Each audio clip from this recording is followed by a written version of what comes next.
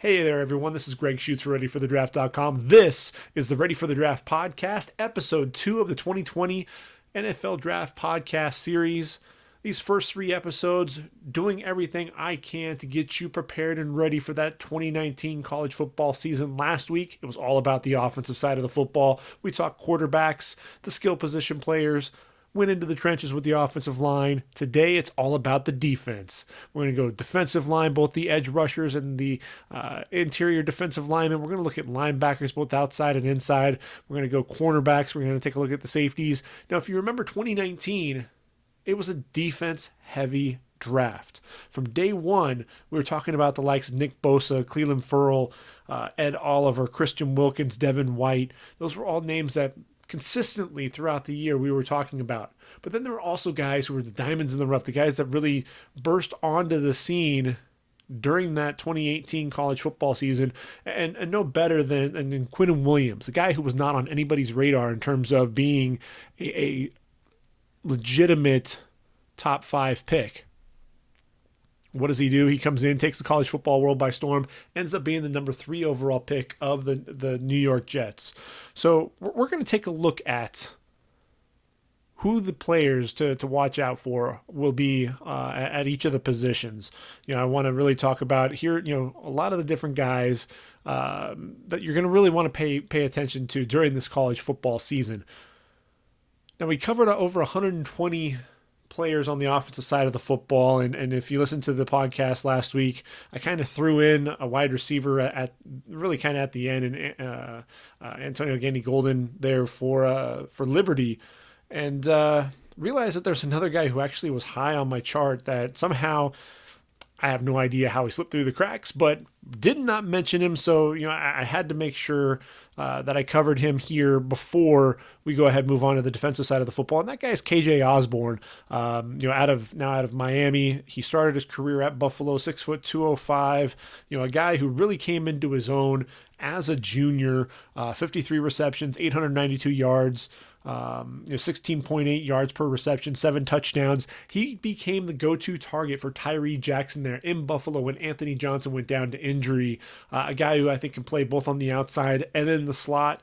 And someone really to keep an eye out for. I'm really going to be excited to see what he can do against some of those ACC cornerbacks. Some guys that we're actually going to be talking about here today. But KJ Osborne, definitely a guy that I wanted to make sure that I mentioned because he is one of the better senior wide receiver options that'll be available for the 2020 draft. So, got the offensive side out of the way. We're going to go ahead and take a look at the defensive side of the football. And hey, edge rushers. When you talk about the edge rushers, a season ago, and the likes of Nick Bosa and Clelin Ferrell really at the top of the draft. Montez Sweat and Brian Burns, a couple of other names, that you'd have to mention in that class as well. But when you talk edge rushers, 30 guys that you could consider, as either a defensive end or a rush linebacker on the outside, were taken in the draft. Now, when you take a look at the draft, the season before that, just 22 guys taken that were considered, those defensive end prospects, and really more of your edge rusher types. So definitely an increase in that position, definitely for sure. So when you're looking at the edge rusher position this year, there are some guys that definitely pop, the guys that jumped out. And one of those is going to be Chase Young out of Ohio State. Another one's going to be A.J. Epinesa of Iowa. So a couple of Big Ten players that really are sitting there at the top of the list. Now, Chase Young really came into his own when Nick Bosa went down to injury.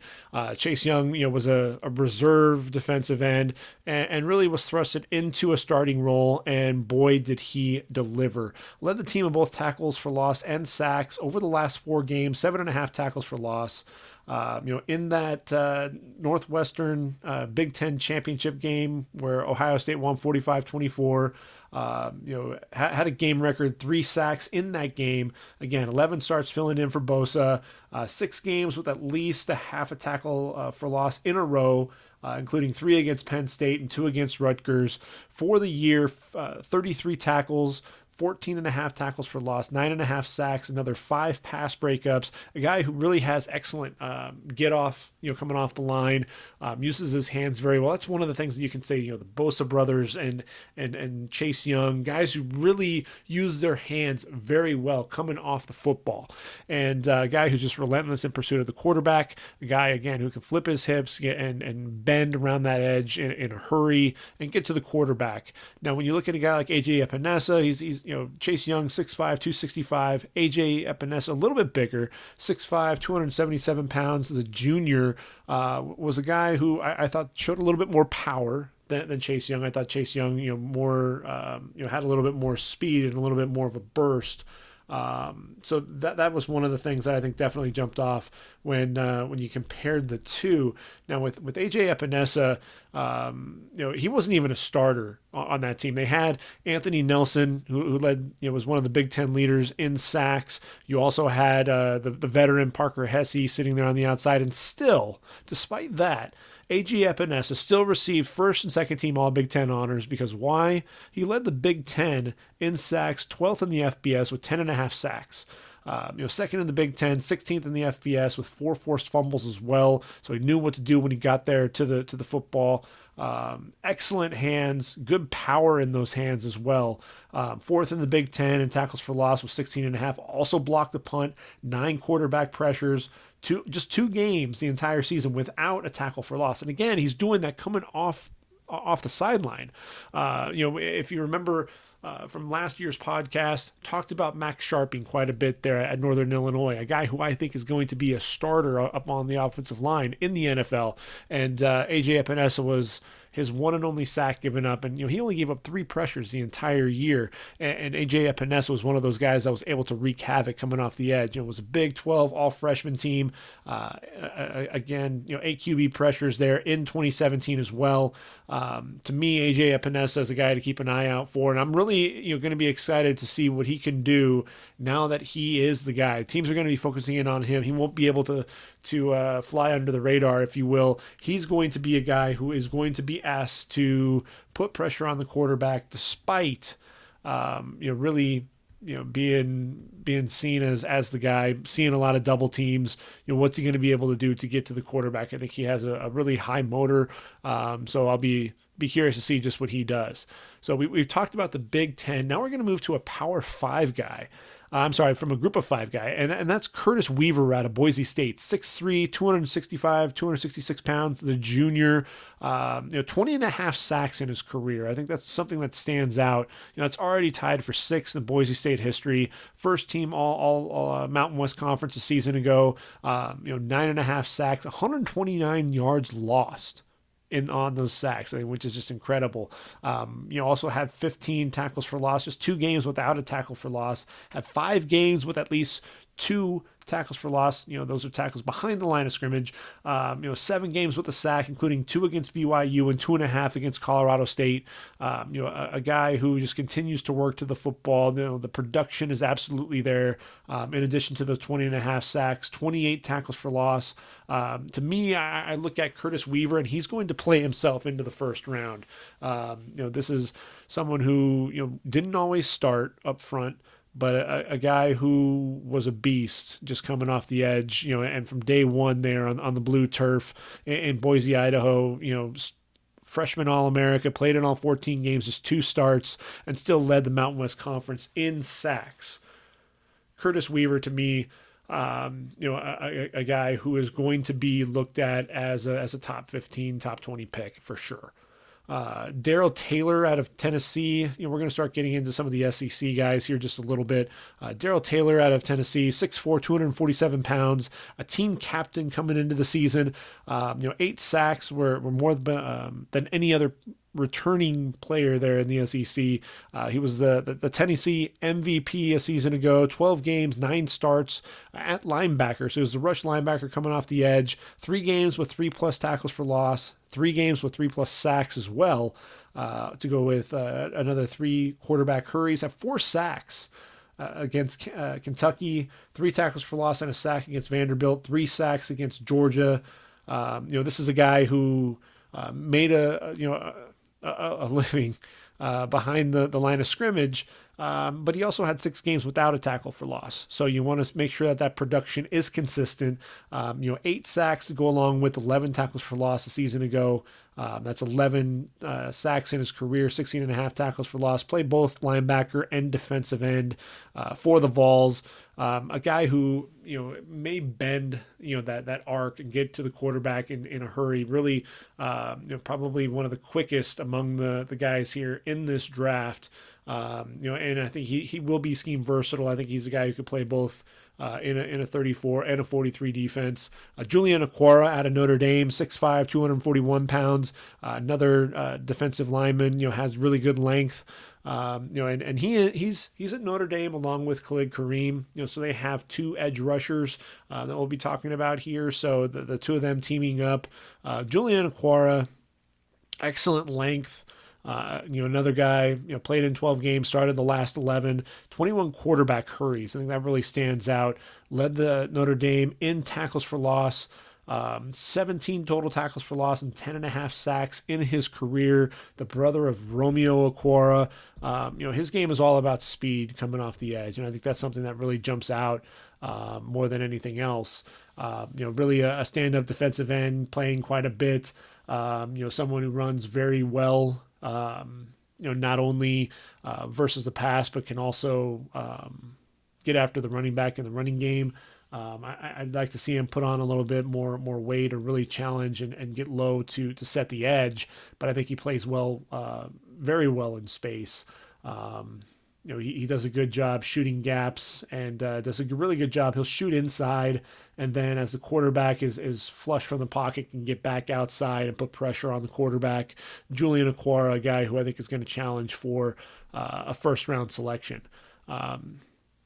Then there's a guy like Kalaban, Chason, they're out of LSU, 6'4", 238 pounds, the junior, a guy who's very athletic. Was an all-SEC freshman team in 2017, 4.5 tackles for loss, 2 sacks, but then in 2018 tore his ACL, season-ending, injury, fourth quarter against Miami. He's supposed to be healthy coming back, and one of the more athletic guys, intriguing guy coming off the edge, reminds you of Barkevius Kiki Mingo a little bit there coming out of LSU. So he's someone to keep an eye on. As long as he can stay healthy, he's going to be a guy who's going to put a lot of pressure on the quarterback coming off the edge. Moving back into the Big Ten, we got a couple more guys to talk about. How about Yetur Gross-Matos out of Penn State? 6'5", 262 pounds, the junior, excellent length to this kid, and really, was an honorable mention, all freshman, Big Ten honors, played in 13 games, 2 tackles for losses, 1 sack, 1.5 sacks actually, and then he really burst onto the scene as the 11th, Penn State Nittany Lion with 20 plus tackles for loss in a season. Had 20 tackles for loss, 8 sacks, all Big Ten selection, 13 starts, had at least a half a sack in 5 straight games and a tackle for loss in 8 straight games. Second in the Big Ten and 12th in the FBS for a tackle and a half for loss per game, and then 8th in the Big Ten and 47th in the FBS and 0.62 sacks per game. Again, a guy who has tremendous length, a guy who knows how to get into the backfield and wreak havoc against opposing offenses. Has good power in his hands. I think that's something that you're looking for sure. Very athletic, does a great job keeping his footing despite cut blocks, dips that inside shoulder to get under the left tackle's pad level, a good swim move coming off the edge as well. Really good in pursuit, chasing the running back down from behind, uses his hands very well to get off blocks, and a guy who, if you stun him, loop him around, he has some good speed, really, can chase down that quarterback again, a guy, and I think you're going to hear this theme, with these edge rushers is has a motor that never quits. So Gross-Matos has a good chance of being a first round pass rusher, as does Kenny Willekes out of Michigan. 6'4", 260 pounds. Willekes is a guy who really, that motor I don't think has ever stopped ever since he arrived on campus there in East Lansing. Really just a guy who just always seems to be around the football. Started in 2017 with 12 starts, led the team in sacks and tackles for loss that season with 13 and a half tackles for loss, 5.5 sacks, and then in 2018 really came on strong. All-America honors, Big Ten Defensive Lineman of the Year, first team All Big Ten. Again, 2-year starter at that point, first defensive end to win the team MVP since 1931. So that says something there. Pro Football Focus, had him as the leading edge rusher with 23 quarterback hits and 39 quarterback hurries. Was eighth in the FBS with an overall rating of 90.3. So when you look at this guy, 6 games with two or more tackles for loss, 33 tackles for loss in just 2 seasons, essentially there for Sparty, and 13 and a half tackles for loss. Add in 7 pass breakups as well. He's someone who's definitely spends a lot of time in opposing backfields. Does a really good job setting the edge. Uses those hands well to shed the blocker to ultimately bring down the running back. Shoots off the edge in a hurry. Does a really good job reading the blockers. Able to shoot off the pulling guard's hip to penetrate the line of scrimmage and drop the running back. He's a former walk-on too, I think, which is what is so exceptional is that he just has that motor, just never quits and does everything that he can to be, he's going to be a 3-year starter, a team captain. And Michigan State, I think Sparty on defense, they're going to go as Kenny Willekes, Joe Bocci, and the defensive lineman, Raekwon Williams. Really, as those 3 go, that's really what that defense is going to look like. And they're really going to rely on Kenny Willekes to have a big season. Moving now to the Golden Gophers, Carter Coughlin, 6'4", 245 pounds. This is a guy who I think is one of the better edge rushers that nobody's talking about. 30 and a half tackles for loss, including 15 a season ago, double-digit tackles for loss in each of the last 2 seasons, 18 sacks, including 9.5 last year, 25 starts. Last season was the Carl Eller Outstanding Defensive Player for Minnesota. Second team All Big Ten, had at least 1 tackle for loss in each of the first 9 games, 2 sacks against both Miami of Ohio, and two sacks and 3 tackles for loss against Ohio State.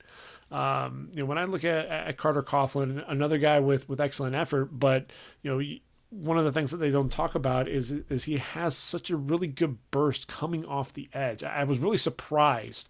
He played in that game against Ohio State. He really dominated Isaiah Prince. Ran the burst off the ball, ran the arc right around Isaiah Prince, getting to Dwayne Haskins and dropping him for a sack.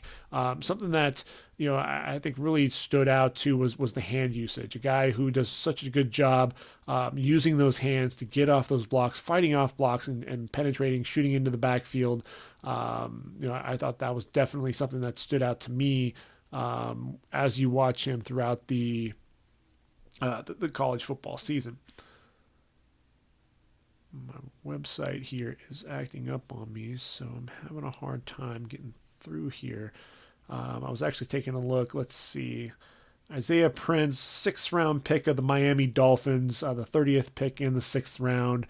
And he pretty much, treated him pretty poorly there in that game. 2 sacks, 3 tackles for loss. Again, a high motor guy, keeps working to the quarterback, will use an inside move, then a spin move to get off the block. Does a good job taking the tackle up the field, then quickly gets back inside to the quarterback in the pocket. A nice up and under move, attacks the inside shoulder of the right tackle, on his inside moves as well. Very quick around the edge, as I was speaking before. Quick hips, turn in the corner, and knows what to do when he arrives at the quarterback as well. I think that's one of the things. It's not just somebody who's going to be coming around there and struggles to make a play. Has 5 forced fumbles in his career, including 4 a season ago. Now we're going to take a look at a guy who, there's a ton of hype around Anthony Jennings there of Alabama, 6'3", 266 pounds. That you see the talent. You see what this guy is doing, and he has all the potential in the world. Played in just 10 games as a sophomore. Was a starter for them. For Bama, season-ending knee injury near the end of regulation versus Clemson in the semifinal game. Sat out the spring and fall rehabbing to get to be 100%, before the 2018 season. Played in all 15 games, 13 tackles for loss, 5.5 sacks. I think really what stood out was the 11 pass breakups. It reminds me a lot of Uchenna Nwosu coming off the edge for USC, now with the Chargers. Just a knack for getting his hand in the passing lane and knocking passes down. But, the hype is absolutely there for Anthony Jennings, but, you want to make sure that he is 100%. Was he really in 2018 coming off the edge, getting to the quarterback? Yes, was there, spreading the love around in terms of getting after the quarterback? And you wonder, if that had something to do with the lack of overall production at times. But I firmly believe that, hopefully this season we're going to see him at his best.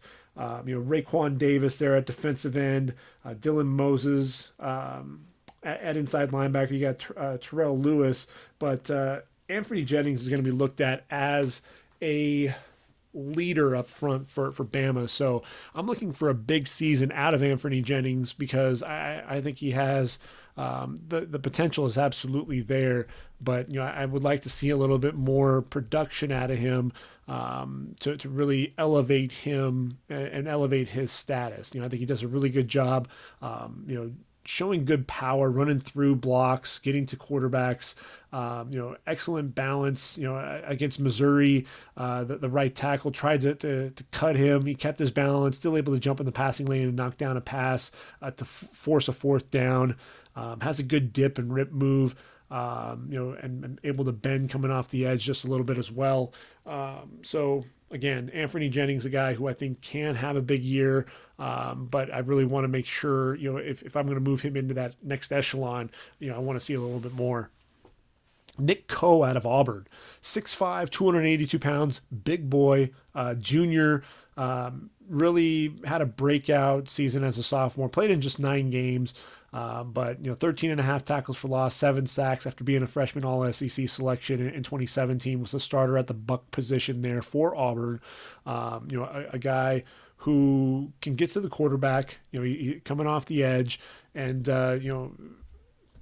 he's a guy who I think could potentially play as a 3-4 defensive end if you needed him to. Does a really good job. When they played against Washington, extended that right arm into Caleb McGarry, first round selection of the Falcons. Ultimately able to force him back to get to the quarterback and force an incompletion. The speed to power is something that you definitely see. Really a good rush on Greg Little of Mississippi from a season ago. Drove Little all the way back, and force him to open up, able to then disengage and chase after the quarterback. Has some pretty good speed, actually beating Greg Little coming off the edge, getting under the pad level, and then really, sinking those hips and turning the corner and getting to the edge. Nick Coe, he's going to be, his running mate there, on the opposite side. Marlon Davidson's a guy we're going to talk about here in just a moment. And then Derek Brown on the inside. SEC is going to have to really deal with that front four for the Auburn Tigers yet again this year.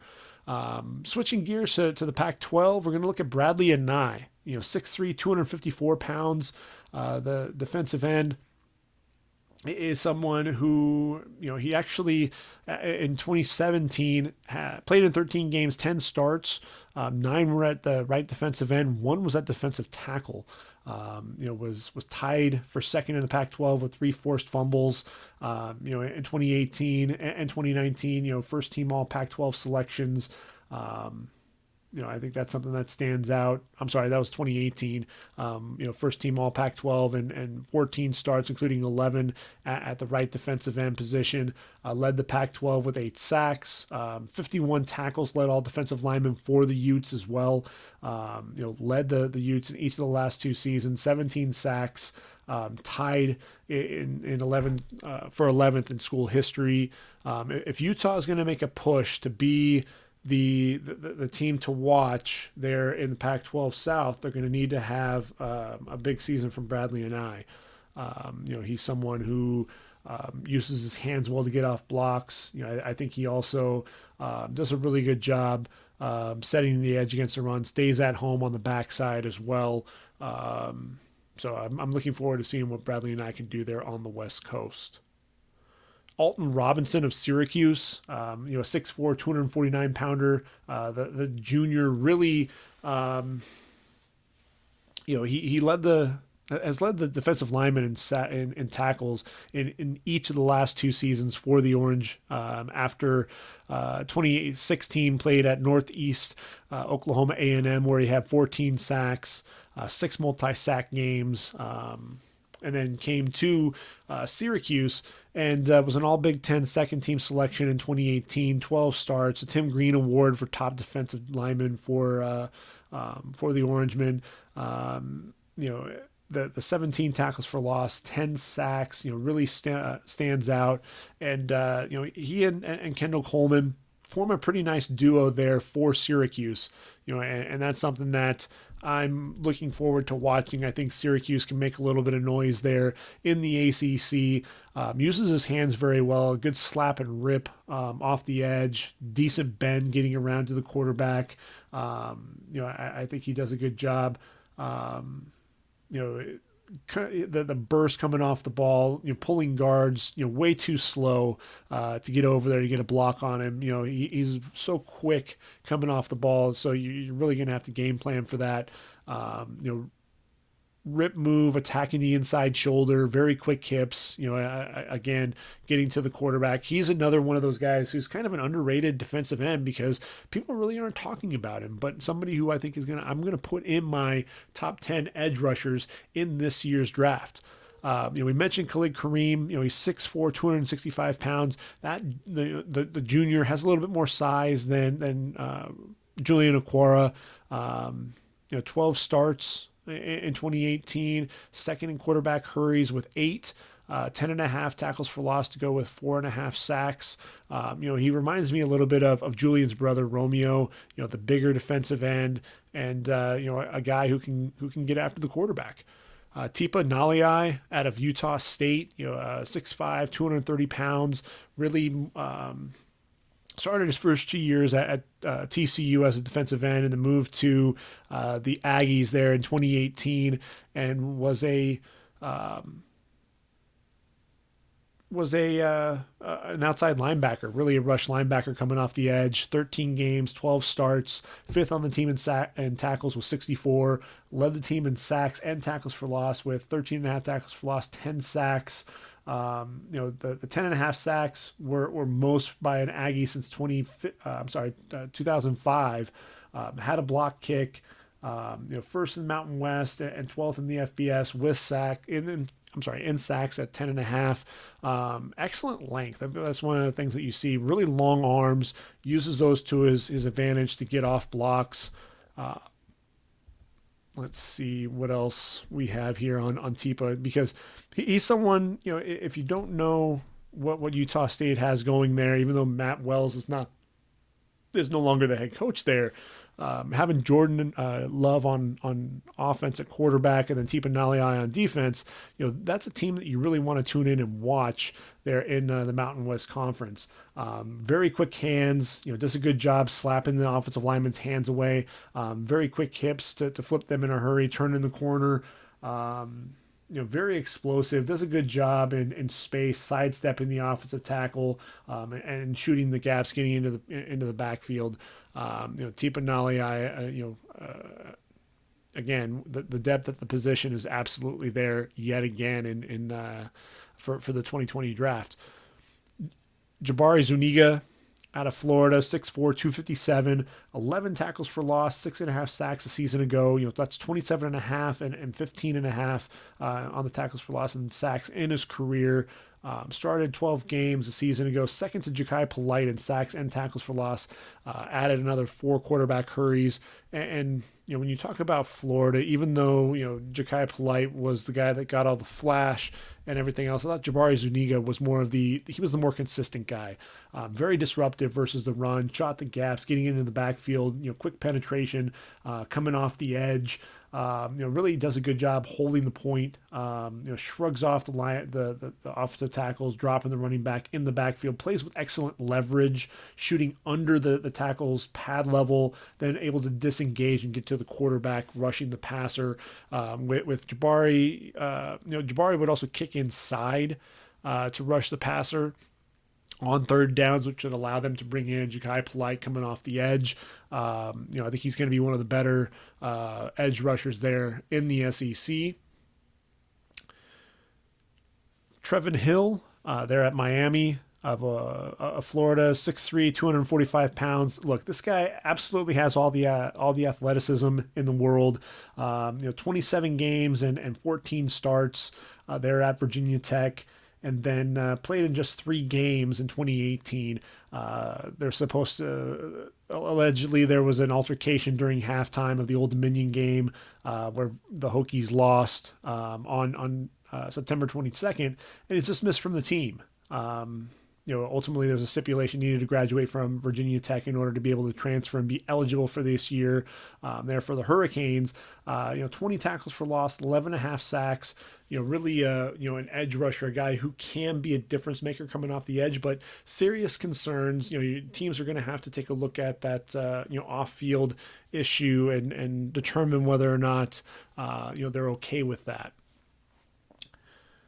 Jaquan Bailey out of Iowa State. These next 2 guys are, with Jaquan Bailey and Joe Gaziano, 2 of my favorite guys in this year's draft at the edge rush position. Jaquan Bailey, 6'2", 251, a guy for the Cyclones, 31 tackles for loss in his career, 18 sacks, really, consistent over the last 2 years, with 25 tackles for loss and 14 and a half sacks during those 2 seasons, 13 straight starts. Tied for the team lead in sacks, 5th in tackles for loss, 2nd team All Big Ten selection a season ago with 13 starts, 46 tackles, led all defensive linemen, led his team in sacks, was 4th in the Big Ten, and a guy who, again, has excellent burst coming off the edge, a guy who I think every time I put on the tape and I watch Iowa State play, just always seem to flash. He's very athletic, tight turn coming off the edge, getting to the quarterback, does a pretty good job, affecting the passer, able to get his hand on the football and get a strip sack, slaps the offensive tackle's hands and then uses a good rip move, flattens out to the quarterback, does a pretty good job pursuing the quarterback and getting to him and getting that slap on the football. Really does a good job attacking half the man when he's rushing off the edge, really attacking that outside shoulder. And, that's really what you want to do. You don't want to really square up an offensive lineman. You're going to attack half a man, attack that outside shoulder. Also when he's with those inside moves, really attacking that inside shoulder and doing a really good job turning that corner in a hurry. Now, Joe Gaziano, you look at the size of these 2 guys, and Bailey at 6'2", 251. Joe Gaziano, by contrast, 6'4", 275. Long arms, excellent, excellent length, and a guy who I think really burst on the scene in 2017. 13 tackles for loss, 9 sacks, all Big Ten honors, 14 starts, led the team in sacks and tackles for loss that year. Had a forced fumble in back-to-back games. Really something that stands out. And then in 2018, another 14 starts, let's see, 12 and a half tackles for loss, 7 and a half sacks. This guy has 5 forced fumbles in his career, 10 pass breakups, uses that length to his advantage. I think that's something that he does very well to keep the blockers, off his body and, really quick hands, shooting them really into that offensive lineman, getting his hands into the offensive tackle's body, getting him off balance and, able to, get off those blocks, takes on a lot of double teams. If you watch that Michigan game, against Northwestern, took on double teams quite a bit. Quarterback would step up, does a really good job bench pressing Ben Bredesen, the left guard, able to get to the quarterback for a sack. Against Nebraska, dropped in coverage, got his hips to turn and run. Against Notre Dame, thought he did a pretty good job setting the edge.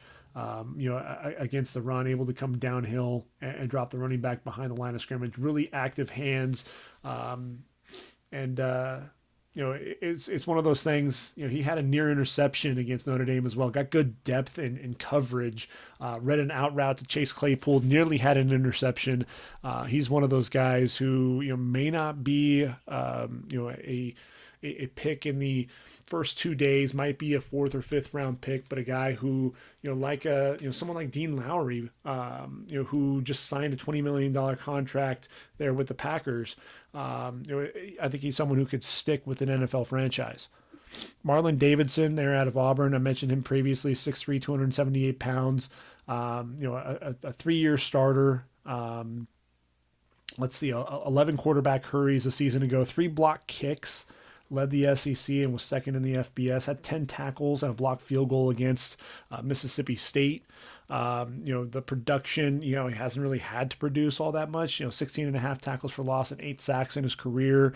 Really going to be looked at to up that production if he wants the draft stock to really rise. Michigan bringing it, they've got 2 guys here on the list. Josh Uche, 6'3", 238 pounds, rush, outside linebacker, 8 tackles for loss and 7 sacks a season ago. Honorable mention, all Big Ten, and somebody who you had Rashawn Gary and Chase Winovich. He was really kind of the third edge rusher coming off the edge. And, I think he and Mike Dana, they're coming from Central Michigan, really going to be the 2 guys wreaking havoc coming off the edge for the Wolverines. Mike 6'2", 253 pounds, grad transfer, had 27 and a half tackles for loss, 15 sacks, 4 fumble recoveries, 4 forced fumbles. Team MVP a season ago, Pro Football Focus All-American there for the Chippewas. Now moving to the Big Ten, really a jump up in competition. So we'll get to see exactly what he can do. A few other guys to make mention here in the Power 5 conference. Reggie Walker out of Kansas State, 6'2", 246, kind of an undersized defensive end, but 29 tackles for loss, 14 sacks in his career, tied for third in team history. With 8 forced fumbles in his career, 1 shy of the team record, second in the FBS among active players, uses his length to his advantage. A guy who burst onto the scene as a freshman All-American in 2016, Big 12 Defensive Freshman of the Year, the first Wildcat to do that since 2000. And then since then, really kind of struggled to put up any production. Only played in 10 games in 2017. Had just 2 sacks that year. Really rebounded well in 2018. Chris Kleiman now the head coach there. I'm going to be interested to see what he can do. I think the Wildcats, need a big year out of Reggie Walker if they're going to make any noise in the Big 12. Jonathan Cooper of Ohio State. 10 and a half tackles for loss, 5 and a half sacks in his career, 33 games played. He started all 13 games a season ago. Honorable mention, all Big Ten. Kadir Shepard out of Mississippi, 6'3", 249, defensive end coming off the edge there. 12 games played, 10 starts. 5th in tackles for the team, a tackle for loss in 10 games. Led the defense with 8 quarterback hurries. So those are some of the guys that you'll be taking a look at in the Power 5. Now we move out to the Group of 5 conference and really take a look at some guys who may not necessarily be the names that stand out, but guys who I think are going to have monster years and need to teams are going to need to pay attention to. The first one is Alex Highsmith out of Charlotte. 6'3", 244, has played both linebacker and defensive end. For the 49ers a season ago, first team all conference USA, set a single season record with the 49ers in tackles for loss for 18 and a half, tied a single game record with 4.5 tackles for loss against Florida Atlantic, 7 tackles, 4 tackles for loss versus Tennessee in a game where the 49ers held the Vols to 192 total yards and 20 rush yards. 3 times with at least 2.5 tackles for loss. You want to see that sack total come up a little bit, just 6 sacks in his career, 25.5 tackles for loss, though, a guy who knows how to get into opposing backfields and make a difference. The Mean Green, not only have guys on offense, we talked about Mason Fine and Rico Bussey a season ago. I'm sorry, last week. But now we're going to talk about Ladarius Hamilton, 6'3", 240 pounds, played both linebacker and defensive end for the Mean Green. Season ago, 11 tackles for loss, 7.5 sacks in 11 starts for the team. First team All Conference USA, 3 quarterback hurries, a guy to really keep an eye out for. As is Ty Tyler out of Marshall, 6'3", 262.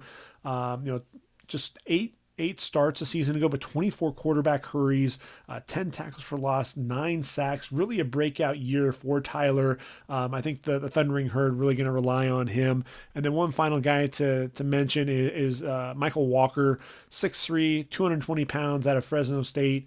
Needs to put a little bit of size on him, but 13.5 tackles for loss, 4 sacks, 6 pass breakups, 2 forced fumbles. Guy who really fills up the stat sheets, had 86 tackles for them as well. First team All Mountain West Conference, defensive MVP in the Mountain West Championship game. The 87 tackles, second on the team. 5 quarterback hurries as well.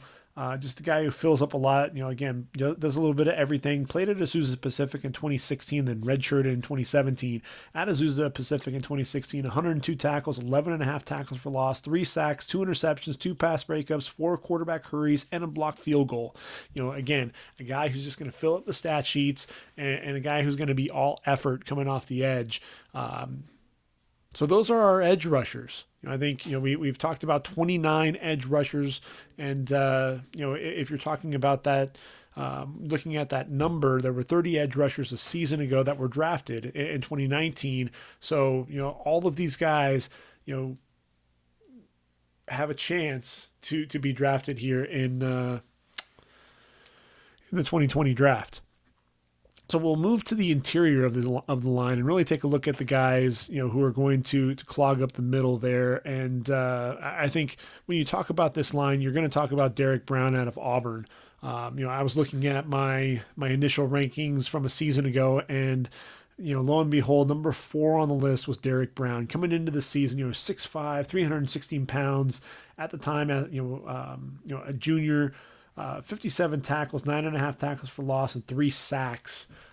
Coming into the season, again, solidified himself as one of the top defensive tackles in all of college football, but decided to come back for a senior season. I think he kind of, the last season kind of left a sour taste in his mouth, and really he has a chance to be the top defensive tackle taken in this year's draft. I think one of the things I think about with Derek Brown is the power in his hands. So violent, looking to club and strike the guards.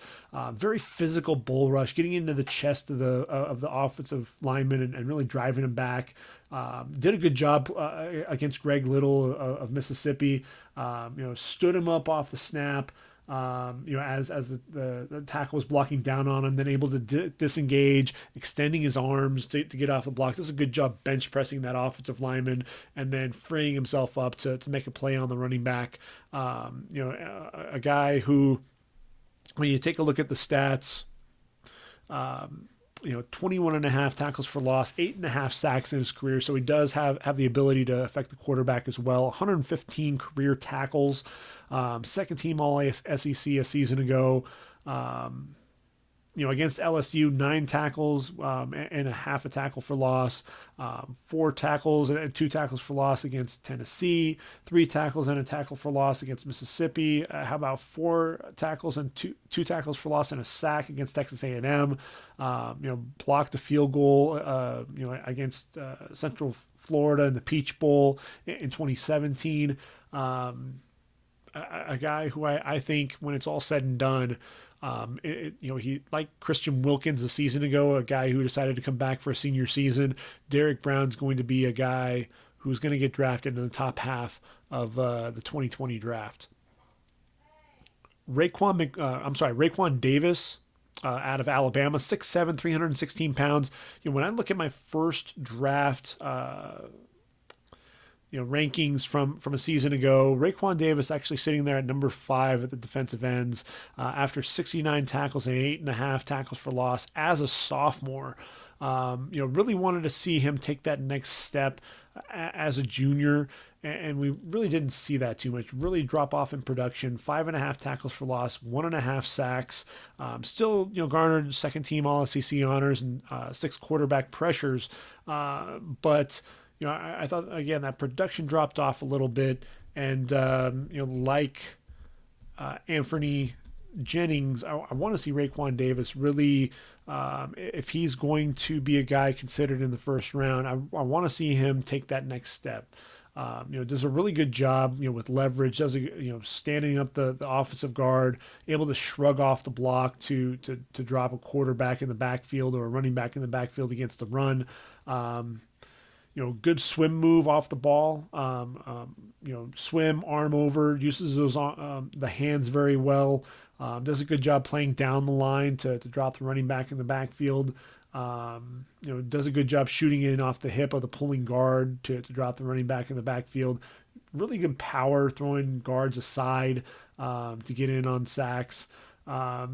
But if you watch the Ole Miss game, we've talked about Greg Little a little bit, and really not enough quickness to beat Little off the edge. He really struggled, with that, and he played a lot as a defensive end in Bama's 34 scheme. He's a guy who's going to be a defensive tackle. Let's just end any discussion about him potentially being a 5 technique. He's going to be a defensive tackle. The rip move, though, in that same game against Mississippi, beating the center, shooting the A gap, flushing the quarterback from the pocket, that's going to be his game. He's going to be a quick penetrator against the run, a guy who's going to hold the point of attack as well, and a guy who's going to offer a little bit of speed coming off the ball as a pass rusher. 11 sacks in his career, so he does know how to get to the quarterback a little bit. If we stay with the Raekwons, now Raekwon Davis spells his name Raekwon. Now we're going to go with Raequan, Raekwon Williams out of Michigan, 6'4", 300 pounds, the nose tackle. So a team looking for a nose tackle, Raekwon Williams is going to be that guy. Started the 29 consecutive games for them, 112 tackles in 37 games for the nose tackle, including 50 a season ago. 21.5 tackles for loss, 6.5 sacks. Has had at least 2 sacks in each of his 3 seasons there with the Spartans. 5 pass breakups a season ago.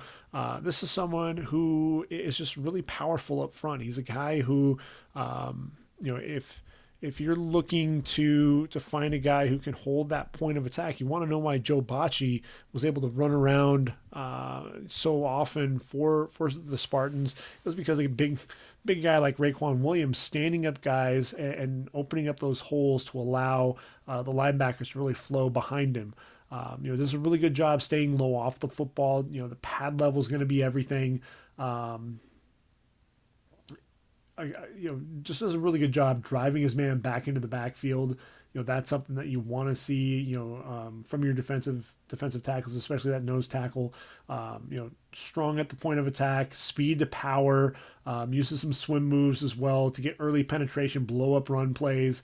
I like Raekwon Williams, again, a guy who can affect the pass a little bit as well. You don't want to have just those one-dimensional defensive tackles. I mean, you do, but when you're talking about guys that are going to be first-round selections, those aren't going to be those guys. Those are guys that are going to fall to day 2. But if you have some of that upside where you can do both, affect the run and get after the passer, those are the guys that have the potential to be first round picks. I think Raekwon Williams has that type of potential, as does Justin Madubuike. I'm not sure if I'm pronouncing that correctly, but 6'3", 304, the junior, coming off of a big year there in 2018 as a sophomore, 10.5 tackles for loss, 5.5 sacks, and 40 tackles. Fourth on the team in those tackles. Led the team with 5 quarterback hurries as well. Was the defensive MVP. Blocked a kick in 2017 as well. He's the guy who's very exciting. Someone who you want to watch.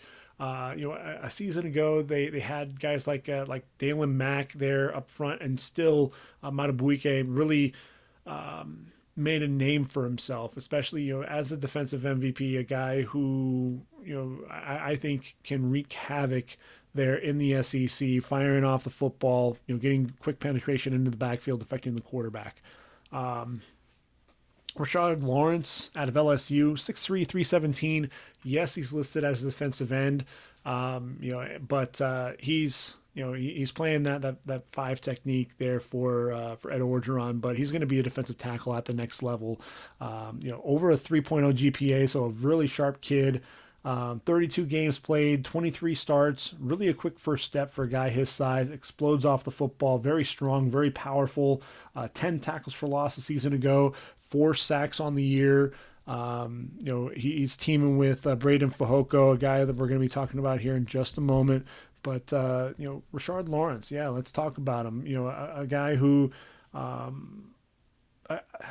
think the athleticism, the surprising athleticism for a guy his size, able to show that quickness off the ball against the run, shooting into the backfield, making plays against the running back, can also get after the quarterback and rush the passer a little bit. He's going to be a guy to watch for sure. Mustafa Johnson out of Colorado, 6'2", 290. The junior came in after a stint at Modesto JC in 2017. First team All Pac-12.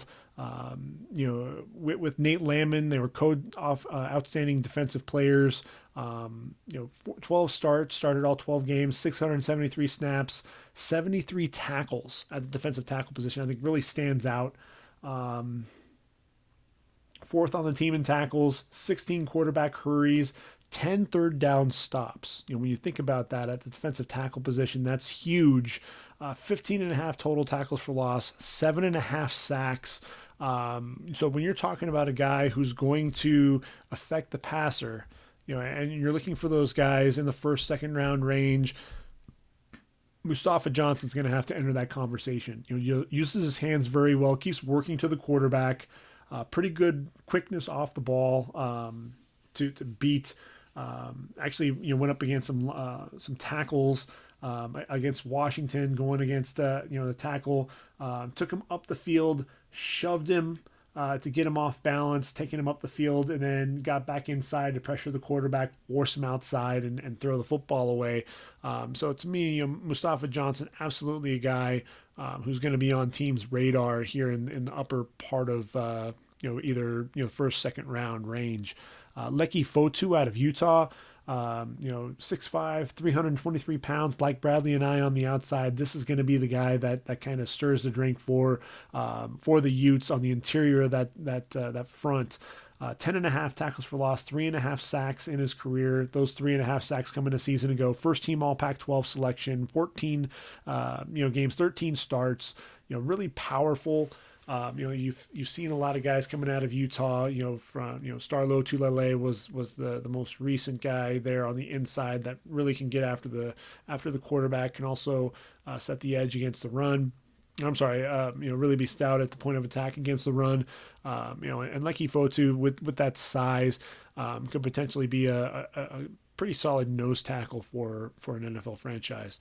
Lorenzo Neal. Yes, the name should sound familiar. His father, Lorenzo, Fresno State, in 16 seasons with, the Saints, Jets, Bucks, Titans, Chargers, Ravens, and Raiders. I remember him with the Chargers blocking for LT. I think that really stands out to me. 11.5 tackles for loss, 4 sacks on the year. Honorable mention, all Big Ten selection. I really like Lorenzo Neal. I think he's somebody who stands out to me when I think about defensive tackles, especially in the Big Ten. Works through double teams, uses his hands very well, knows, really plays with excellent leverage. Bowls over the interior lineman off the snap, using good speed to power. Does a good job really getting his man off balance. I think he's someone to watch for there for the Boilermakers. Let's see. Benito Jones out of Mississippi, a guy that I'm surprised people aren't talking enough about. 6'2", 315 pounds. A nose tackle there for the Rebels. 21 tackles for loss in his career, including 9 a season ago. 5 sacks. One of 3 players to start every game on defense for Ole Miss a season ago. Was a freshman All-American in 2016. And if I pull up some of my notes for the game stats, let's see, when I was watching, against Auburn, really showed some good power to drive the center back off the ball, then able to loop around off of that, drop the running back for no gain. Really a quick first step, showed a pretty good arm over to beat the right guard with quick penetration into the backfield. Good first step quickness, extends his arms into his man as well, to drive the man back. Once he disposes of the block, disengages quickly, uses those hands well, then is quick to get to the quarterback and drop him for a sack. Against Arkansas the week prior, 4 tackles, 1.5 tackles for loss. A guy who can really make his presence felt on the inside. But part of the reason why people haven't talked about him is, I think he has those flashes, but you really want to see him take the next step and be more of a dominant interior presence. And then staying in the SEC for one more guy, how about McTelvin Agim? 6'3", 279 pounds, could very well end up being a 34 defensive end. I think 5 technique would suit him well. 22.5 tackles for loss, 9.5 sacks. A season ago, 12 starts, 597 snaps total, 6th on the team in tackles. First player with double-digit tackles for loss, Dietrich Wise, who had 10.5 in 2015. Also had 11 quarterback hurries. Dietrich Wise now playing for the Patriots, so he's in pretty good company there. I think if you want to watch the Razorbacks, you got to tune in, watch a game play a little bit. I think he does a really good job knifing in, both off the edge and can move inside at defensive tackle. And I believe he's going to be playing inside this year for the Hogs. So I'll be interested to see what he can do there, after primarily playing at defensive end. An interior presence, a guy who's really going to clog the middle and be more of a run stopper, is Ray Lima out of Iowa State. 6'3", 302 pounds, all Big 12 honors a season ago, academic all Big 12 as well, a co-captain, 12 starts on the year. And he's someone who just takes up space. He's a guy who does a really good job plugging the middle of the field, allowing guys like middle linebacker Mike Rose, the outside linebackers Willie Harvey and Marcel Spears to really flow to the football. And he and Jaquan Bailey are really going to set the tone up front for the Cyclones and Matt Campbell defensively. Marvin Wilson out of Florida State, 6'5", 317 pounds, the junior, really on a lot of people's radar. A guy, honorable mention All ACC a season ago, 4 tackles for loss, 3.5 sacks, 41 total tackles. I want to see him be more consistent as well. I think that was one of the things that was really lacking for Marvin Wilson a season ago. What was that consistency? How consistent is Marvin going to be? If they can get him firing on all cylinders and really, making a difference game in and game out, then I think you're going to see him really in conversations about being a potential first or second day pick. But right now, I'd really hold off on having those conversations, just based on the simple fact that, look, I haven't seen enough production from him just yet. And that's really the biggest concern that I have, is I really want to see him take that next step here in 2019. DJ Wonham out of South Carolina, 6'5", 310 pounds, 20 tackles for loss, 9.5 sacks, had 6 sacks in 2017, playing the buck position there for the Gamecocks, but I think because of his size, could be a 5 technique, also can play defensive tackle, 31 games, 18 starts, in 2018, was really an injury-plagued season, played in 5 games, started all 5 of those games before really, having to bow out. I'm sorry, that was 2018. 3.5 tackles for loss and two sacks in those 4 games, where he really made a difference. Was a freshman All SEC, second team as a freshman there in 2016. But he was one of three sophomores in 2017 in school history to be named a permanent captain. So I think that says a little bit about him. Eighth in the SEC in tackles for loss with those 13. Really want to see, can he come back off of the injury and return to his sophomore form? If he can do that, then I think that bodes well for him and his draft stock. Two guys on the interior here in the SEC, guys who because of where they play, are going to get a lot of looks. LaBryan Ray, 6'5", 294 pounds. This is going to be the guy that's ultimately going to be replacing Quinnen Williams there up front. 8.5 tackles for loss, 3.5 sacks, 15 games played a season ago, just one start. 2017, a foot injury limited him to just 6 games. He's going to be the guy holding down that point of attack. And so there's gonna be a lot riding on his shoulders because he's replacing the likes of Quinnen Williams, and before him, Darren Payne. So all eyes are going to be on LaBryan Ray up front for the Crimson Tide. And then Braden Fajoko, as I mentioned earlier, running mate of Rashard Lawrence, 6'4", 291 pounds. In 2018, started as a nose tackle for LSU before moving to defensive end. Started all 8 games that he played, missed the final 4 games with an injury. Was also at Texas Tech in 2015 and 2016 before transferring. All academic Big 12 selection in each of those 2 seasons as well. Someone who's going to be a veteran presence up front for the Tigers. Speaking of Tigers in the SEC, how about Missouri? They've got a guy, Jordan Elliott, 6'4", 315 pounds, and he's only a junior. In 2018, a second team All SEC. Pro Football Focus rated him at 18.8. I'm sorry, an 88.8 grade overall. And really, I got a chance to watch him against Arkansas. 5 tackles, 4 tackles for loss, 3 sacks. A second quarter blindside sack led to a fumble recovery in the end zone by Mizzou. Was a scout team player of the year in 2017 as he transferred to Missouri after playing at Texas. Was the team's lifter of the year that year as well. So he's somebody, Missouri always has guys up front who transition to the next level. And I think Barry Odom has his next guy in Jordan Elliott. He's really going to be relied upon to have a big season. In the Big Ten, there are twin brothers, Carlos and Khalil, playing for Nebraska. Carlos, 6'2", 320 pounds, a 2-time All-American discus thrower there in the track and field. 37 games, 25 starts. Honorable mention, all Big Ten, starting 9 games, 11.5 tackles for loss, 5.5 sacks, 5 pass breakups in his career for the Cornhuskers. His brother Khalil, also an honorable mention All-American in discus in 2018. Also an honorable mention All Big Ten. Nebraska's defensive lineman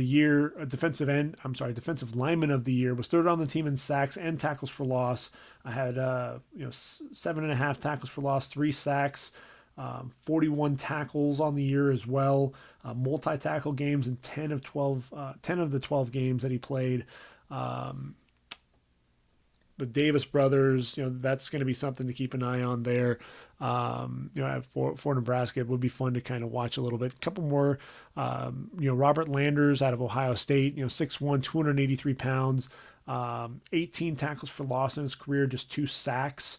But he's going to really be relied upon, played in 39 games, started 11 a season ago, battled through a midseason injury. So, if he's healthy, he's going to be a guy to kind of keep an eye on. And then one other guy there in the Big Ten, and that's going to be Robert Windsor out of Penn State.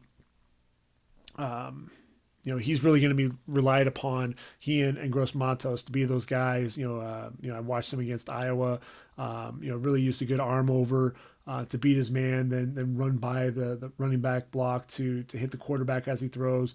Good power, good strength, and shows a little bit of a burst coming off the football, can get to the quarterback and drop him for behind the backfield. So I think Robert Windsor is going to be a guy, a name that you're going to be hearing more and more there in Big Ten play. So those are the defensive tackles on the year. And when you're talking about defensive tackles and just how many went a season ago, there were 20 defensive tackles taken in this past year's draft, the 2019 draft, for the likes of obviously Quinnen Williams, Ed Oliver, Christian Wilkins, Dexter Lawrence, Jeffrey Simmons, and Jerry Tillery all going in the first round. That's 6 defensive tackles going in round number 1. Do we have 6 defensive tackles going in round 1 this year? I don't think we do, but I think we've got some decent depth. And that's one of the things when you look at this draft class. There was just 1 defensive tackle taken in round 2, 2 in round 3, and then really the depth at the defensive tackle position was on day 3, frankly. Because you had outside of the 6, it was very top heavy at the position, and after those 6, what is that, 7, 8, 9, in day 1 and 11 taken in the final 4 rounds. So I think there may be a little bit more depth in the middle rounds in this season, this year's draft class. So it remains to be seen where that position takes us.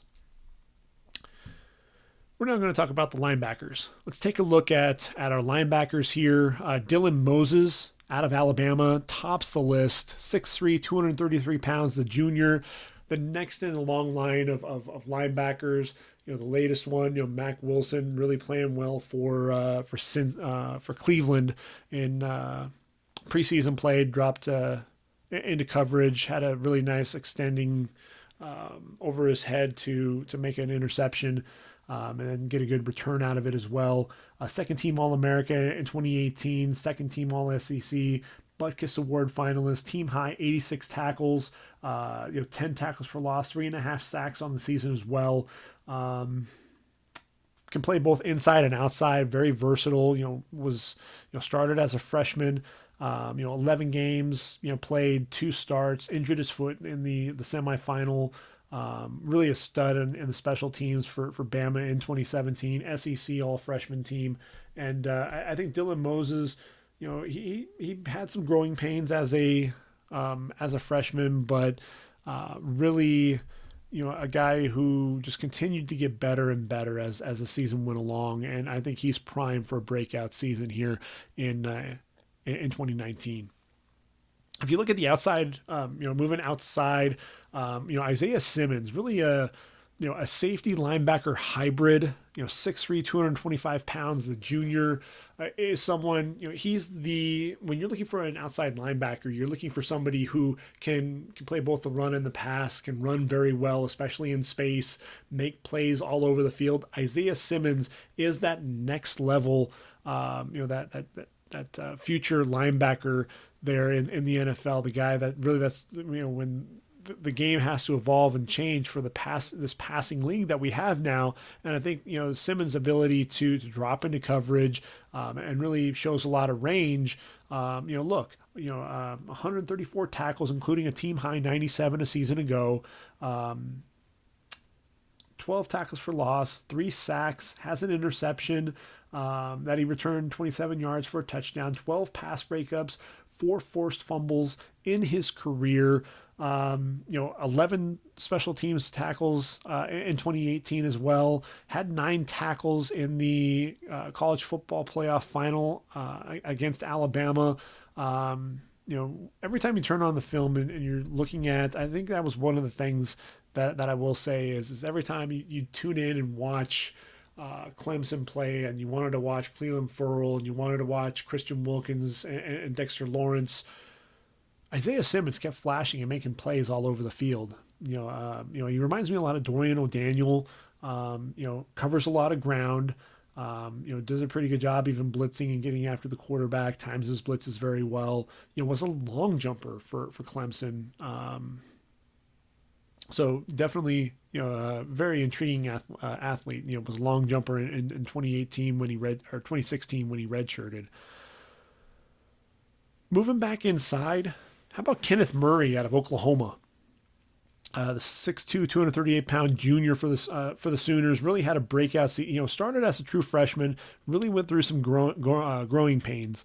Was a conference defensive freshman of the year in the Big 12. All Big 12 honorable mention, freshman All-America, 14 starts, second on the team in tackles with 68, but really took his lumps. This was a guy, again, he's a true freshman. He was out there and struggled with making some plays. He really hit the wrong hole. A lot of his tackles were down the football field. And I thought that 2018, he really was able to redeem himself. Second team All Big 12, 14 starts, second in the Big 12 and 13 in the FBS with 11.1 tackles per game. 9 games with double-digit tackles, 155 total tackles, 12 and a half tackles for loss, 4.5 sacks. A guy who just has a knack for finding the football. And I think when you talk about guys who make the field and are starters as true freshmen, that makes them you have to consider that they're special athletes. 28 tackles against Army. I think he's a presence over the middle of the field. Does a pretty good job flowing inside out to the football. Plugs holes very well, shoots the gaps. Can get aggressive at times and over pursue. I think that's one of the things that he has to watch out for. And I think that's what gets him into trouble. But does a really good job spying the quarterback. Waits for him to escape the pocket and then really has that burst to close and drop him in the open field. Takes a lot of really good angles. He does make a lot of tackles down the football field. I'd like to see him make more tackles there along the line of scrimmage. But at the same time, you can't argue with his production. 12 and a half tackles for loss a season ago. But, he's someone who, with 155 tackles, you really want to see him, playing behind the line of scrimmage as much as possible. Northwestern also has a pretty darn good inside linebacker in Patty Fisher, 6'4", 241 pounds. Started every game in his career there for the Wildcats, over 100 tackles in each of his first 2 seasons. Third team All-American in 2018, first team All Big Ten for the second year in a row, 8th in the Big Ten in tackles, first Northwestern player with back-to-back 100 tackle seasons since Anthony Walker in 2015 and 2016, tied for the Big Ten lead with 4 forced fumbles, 10 plus tackle games in 5 games. Very very good athlete. 8 forced fumbles in his career already. I just saw that. I mean, that's kind of a staggering total. Just has a nose for the football. Plays very well and flows well downhill. Very reliable tackler. Pretty smooth hips, surprisingly. Flows well to the ball. Can get inside. The offensive lineman to the perimeter. Really a good flow and a good feel for the game. The biggest question that I have for him is dropping into coverage. That's going to be the biggest question, whether or not he's going to be a first rounder or if his stock's going to drop to the second round. What can he do dropping into coverage? And I think that's going to be the bigger thing more than anything else, because we know how well he can play against the run with that sideline to sideline ability. You got Troy Dye out of Oregon, 6'4", 224 pounds. This is another guy who was just, next generation type of linebacker. One of 2 FBS players and the only Power 5 player to lead his team in tackles 3 consecutive years. Third among the FBS players with 313 tackles. Needs just 121 tackles this year to be the all-time leader in tackles for the Ducks. Led the team in tackles in 19 of his 37 games, double-digit tackles in 17 games, and back-to-back seasons with over 100 yards, had 91 as a true freshman, for goodness sakes. 32 tackles for loss, 10 and a half sacks, 3 interceptions, 10 pass breakups. What can't this guy do? Was a freshman All-American in 2016, first team All Pac-12, in 2017, second team in 2018. And I think when you put the game film on, Troy Dye is someone who just seems to always flash. Everyone was talking about Jalen Jelks a season ago, but it was really Troy Dye that showed up more than anything else. Does a really good job. Played against Stanford last season, up the seam with Cody Parkinson, the big 6'7" tight end on a third down play, elevated with the tight end. Both guys got their hands on the football, able to ultimately knock the football away. Shows that athleticism, his ability to play in coverage, especially against tight ends. Good job reading the wheel route against Bryce Love in that game as well. Speed to the sideline.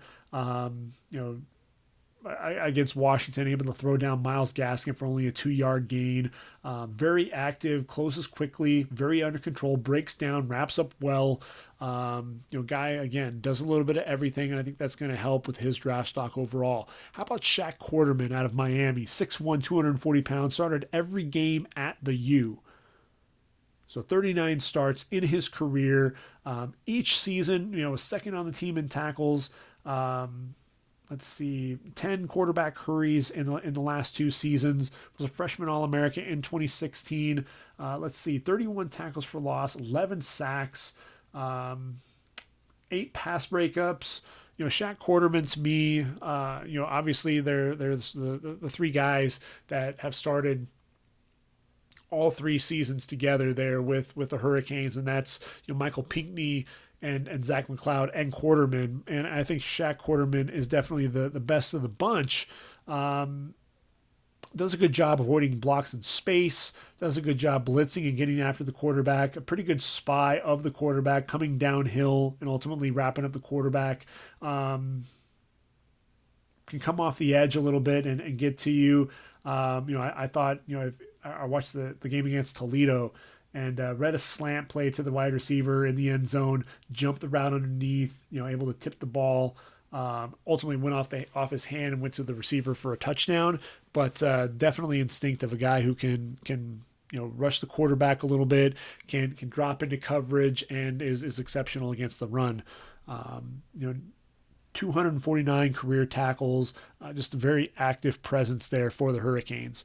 When you talk about active, you have to talk about Evan Weaver out of Cal, 6'3", 235 pounds. Last season, started his career for the Bears at defensive end, but at linebacker last season, 155 tackles, 8.5 tackles for loss, 4.5 sacks, and 6 pass breakups. Ranked 5th nationally with 6.4 solo tackles per game, and 8th with 11.9 total tackles per game. Second team All-American, all Pac-12 honors as well. Pro Football Focus had him graded out at a 91.6 grade, which is the 8th highest, between 2014 and 2018, 11 double-digit tackle games, 62 tackles in his final 4 games. That puts a 15.5 game stretch, double-digit in each of the last 7 games as well. Cal, he had his running mate a season ago with Jordan Kunazik, and now Evan Weaver is going to be asked to be the guy there for the Cal defense under Justin Wilcox. But definitely someone who is going to be very active. Trusts his eyes very well. Very good job of reading and reacting. Runs the alleys, downhill. But he's someone, again, very, very athletic, very productive, but I think he has some stiffness in his hips. Still had 6 pass breakups. Really want to see how he can manage in coverage. That's really going to determine his draft stock. Purdue's Marcus Bailey, 6'1", 240 pounds. A guy, at linebacker, I'm surprised people aren't talking about this kid more. 310 tackles in his career, including 115 a season ago. 26 tackles for loss, 13.5 sacks, 6 interceptions, 6 pass breakups in his career with the Boilermakers. Let's see. He started, 38 games in his career. They're at Purdue, West Lafayette, and he's the guy, on defense. He and Lorenzo Neal, but I think Marcus Bailey is going to be the guy that that team is going to rely upon, and you really want to watch this guy play because he plays all over the field. He can drop back into coverage, pretty decent, and with his back pedal staying low. He's a very sure tackler, fills holes against the run, can get after the quarterback a little bit. Underrated, and that's the thing. People don't talk about the Purdue linebackers at all. Jawan Bentley wound up going to the Patriots and made an impact there for them. I think Marcus Bailey, don't sleep on him.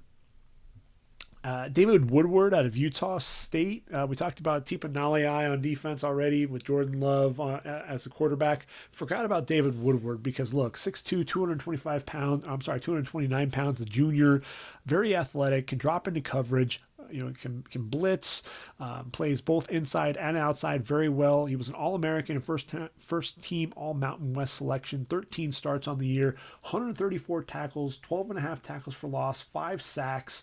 Someone who was just ultra productive, always seemed to be around the football, trusts his eyes very well, and really, what's going to set him apart potentially from some of the other guys that I've mentioned to this point is the fact that he can drop back and drop into coverage. That's what you really want to see out of your linebackers these days is can they drop into coverage, not just be a 2-down linebacker. Can they be that 3-down linebacker? And I think David Woodward can absolutely do that. Is he going to stick around for a senior season, or is he going to come out? That's going to be the biggest question mark. But a guy who I think you definitely, tune in, watch the Aggies, and he'll be a guy that's going to flash, time and time again. Now, I've got a run of SEC linebackers, and the guy that everyone's talking about is this big 6'5", 256-pound junior by the name of Terrell Lewis. Now, Terrell Lewis, played in just 4 games there in 2017, had an upper arm injury in the opener against Florida State in 2017, missed 10 games, came back, versus Georgia, in 2018, had a knee injury at the start of the 2018 season. I don't know if this guy's going to stay healthy. There are red flags galore, yet everybody's talking about this kid having a major impact in 2019. And, I don't care how big of a prospect you were coming into college football. At that point, I really want to see, can you live up to the hype? Hype versus production. We talked about that a lot a season ago with, or in last year's podcast series about Rashawn Gary. A lot of those conversations about, is the hype, is the production going to match the hype? And so far, Terrell Lewis needs to stay on the field. He needs to prove that he can stay healthy and stay on the field before, I can really consider him, as a viable, potential, first or second day selection. But he has that potential to get after the quarterback. He has the potential to play in coverage. He has the potential to really play well against the run. But I need him on the field in order to be able to do that. Michael Divinity Jr., 6'2", 238 pounds out of LSU. The senior inside linebacker in 2019, 32 games, 12 starts in his career, was outside linebacker a season ago, 11 starts, returned a fumble for a touchdown against A&M in the fourth quarter to tie that game. Remember, that game went into 7 overtime. But at the time, he tied the score up at 24 all. Very good athlete, 9.5 tackles for loss, 4 sacks, a guy who's going to look to come off the edge a little bit.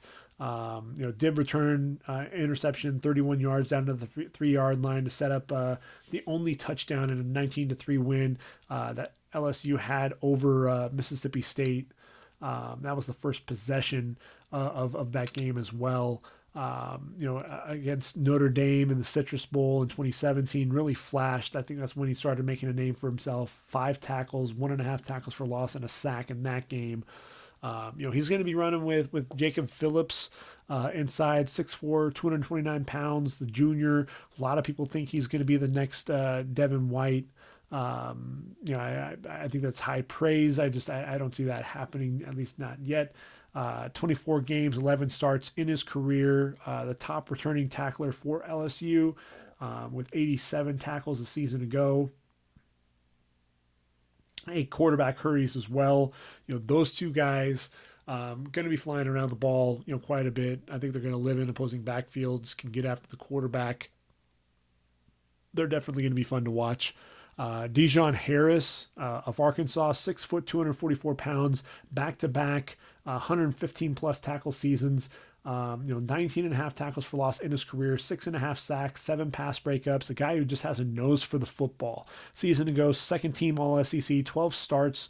In his career, also played on punt coverage and kickoff return as well. Led the SEC in tackles, 7 double-digit tackle games. Look, Dijon Harris can play. And he's somebody that's kind of flying under the radar, and I'm kind of surprised that nobody's really talking about him because he's one of the more accomplished inside linebackers in all of college football. David Reese II there at Florida, 6 foot, 221 pounds. Missed the first 3 games a season ago with an ankle injury in fall camp. Still managed to be second on the team in tackles, 14 and a half tackles for loss and a sack in his career. Had in 2017 had offseason surgery on both of his wrists. Still didn't miss a start. Led the team in tackles and second in tackles for loss. Had that 102 tackles there in 2017, 10 tackles for loss to give you those numbers. Was a freshman All-American, freshman All-SEC in 2016 as well. But the durability issues, they have to be a concern. Ankle, wrists, can he stay healthy? That's going to be the biggest concern and the biggest red flag right now for David Reese more than anything else. Really a sure tackler, very good athlete, excellent range, but can we keep him on the field? Cale Garrett out of Missouri, 6'3", 230 pounds, guy that people really aren't talking about at all. Had 99 tackles in 2017 as a sophomore. Followed that up with 106 tackles in 2018. 22 tackles for loss in his career. Was a full-time starter in 2017, team captain and full-time starter in 2018. All SEC selection, 6 quarterback hurries, 4 double-digit tackles. He'll be a day 3 pick, but I think a guy who is going to get drafted, as will Joe Bocci out of Michigan State, 6'2", 238 pounds, back-to-back 100 tackle seasons for Bocci, 7 pass breakups as well, 4 interceptions, including 3 as a sophomore in 2017. First team All Big Ten, team captain a season ago, led the team in tackles for the second straight year. He's a third season as a starter. I like Joe Bocci. I think this is a guy who has a nose for the football. Not going to be the most athletic guy. Isn't going to be the fastest guy by any means. But a guy who is he's just a football player, man. A guy who just knows how to get after the football. Against Utah State, I'll never forget this game. 1:20 to play, up 45-40. Utah State on the 45-yard line. They're driving, blitz up the middle, and then leaped into the running back block, and ultimately batted the ball in the air. Ultimately able to haul the pass in for an interception to seal the win. That effort, combined with some athleticism as well. That's really what you're going to see out of Joe Bocci. And I think ultimately, he and Kenny Willekes, heart and soul of that defense. Staying in the Big Ten, how about Malik Harrison out of Ohio State, 6'3", 245 pounds, excellent athlete. 13 of his 14 starts were a season ago. Tied for the team lead in tackles with 81, 3 double-digit tackle games. A guy who, I want to see more of him, frankly. I want to see more of Malik Harrison, very athletic and fly around to the football. Is he going to be the next great Ohio State linebacker? That remains to be seen, but definitely someone to keep an eye out for. Now we're going to move a little bit to the group of 5 guys. Kayava Tizino, 6 foot, 230 pounds out of San Diego State. A season ago, first team All Mountain West Conference, was a San Diego State Defensive Player of the Year, 13 starts, 17 quarterback hurries to go with 126 tackles, 14 and a half tackles for loss, 8.5 sacks. A guy who really, does an exceptional job getting after, after the quarterback and does a good job against the run. Really plays well in the backfield. The question is can he drop into coverage? That's what I'm going to be looking for out of Zeno, and that's really going to be the question of where his draft stock's going to be. Is he going to be limited to being a day 3 prospect because he can't drop into coverage? Asmar Bilal, Notre Dame, 6'2", 225 pounds. Let's see, he's played in 36 games, 9 starts, had 50 tackles a season ago, 3 tackles for loss. He's going to be a guy to watch for now that Drew Tranquill is gone. He's going to have to take a big step up there. Mentioned Michael Pinckney, a little while ago, 6'1", 229 pounds, 203 tackles in his career, 29 and a half tackles for loss, 9.5 sacks. Played in all but started all but 1 game, so 38 starts. He and Shaq Quarterman really mainstays there for the Hurricanes. Honorable mention, All ACC in each of the last 2 seasons, was a freshman All-American. 3rd on the team in tackles in each of the last 2 seasons as well. He's just a steady player. Pinckney's not going to be the flashiest guy, but to me, he's a guy who you can rely on him, to be productive. A guy who's going, he's consistent. I think that's the biggest thing that you can say about Pinckney. Dante Olson out of Montana.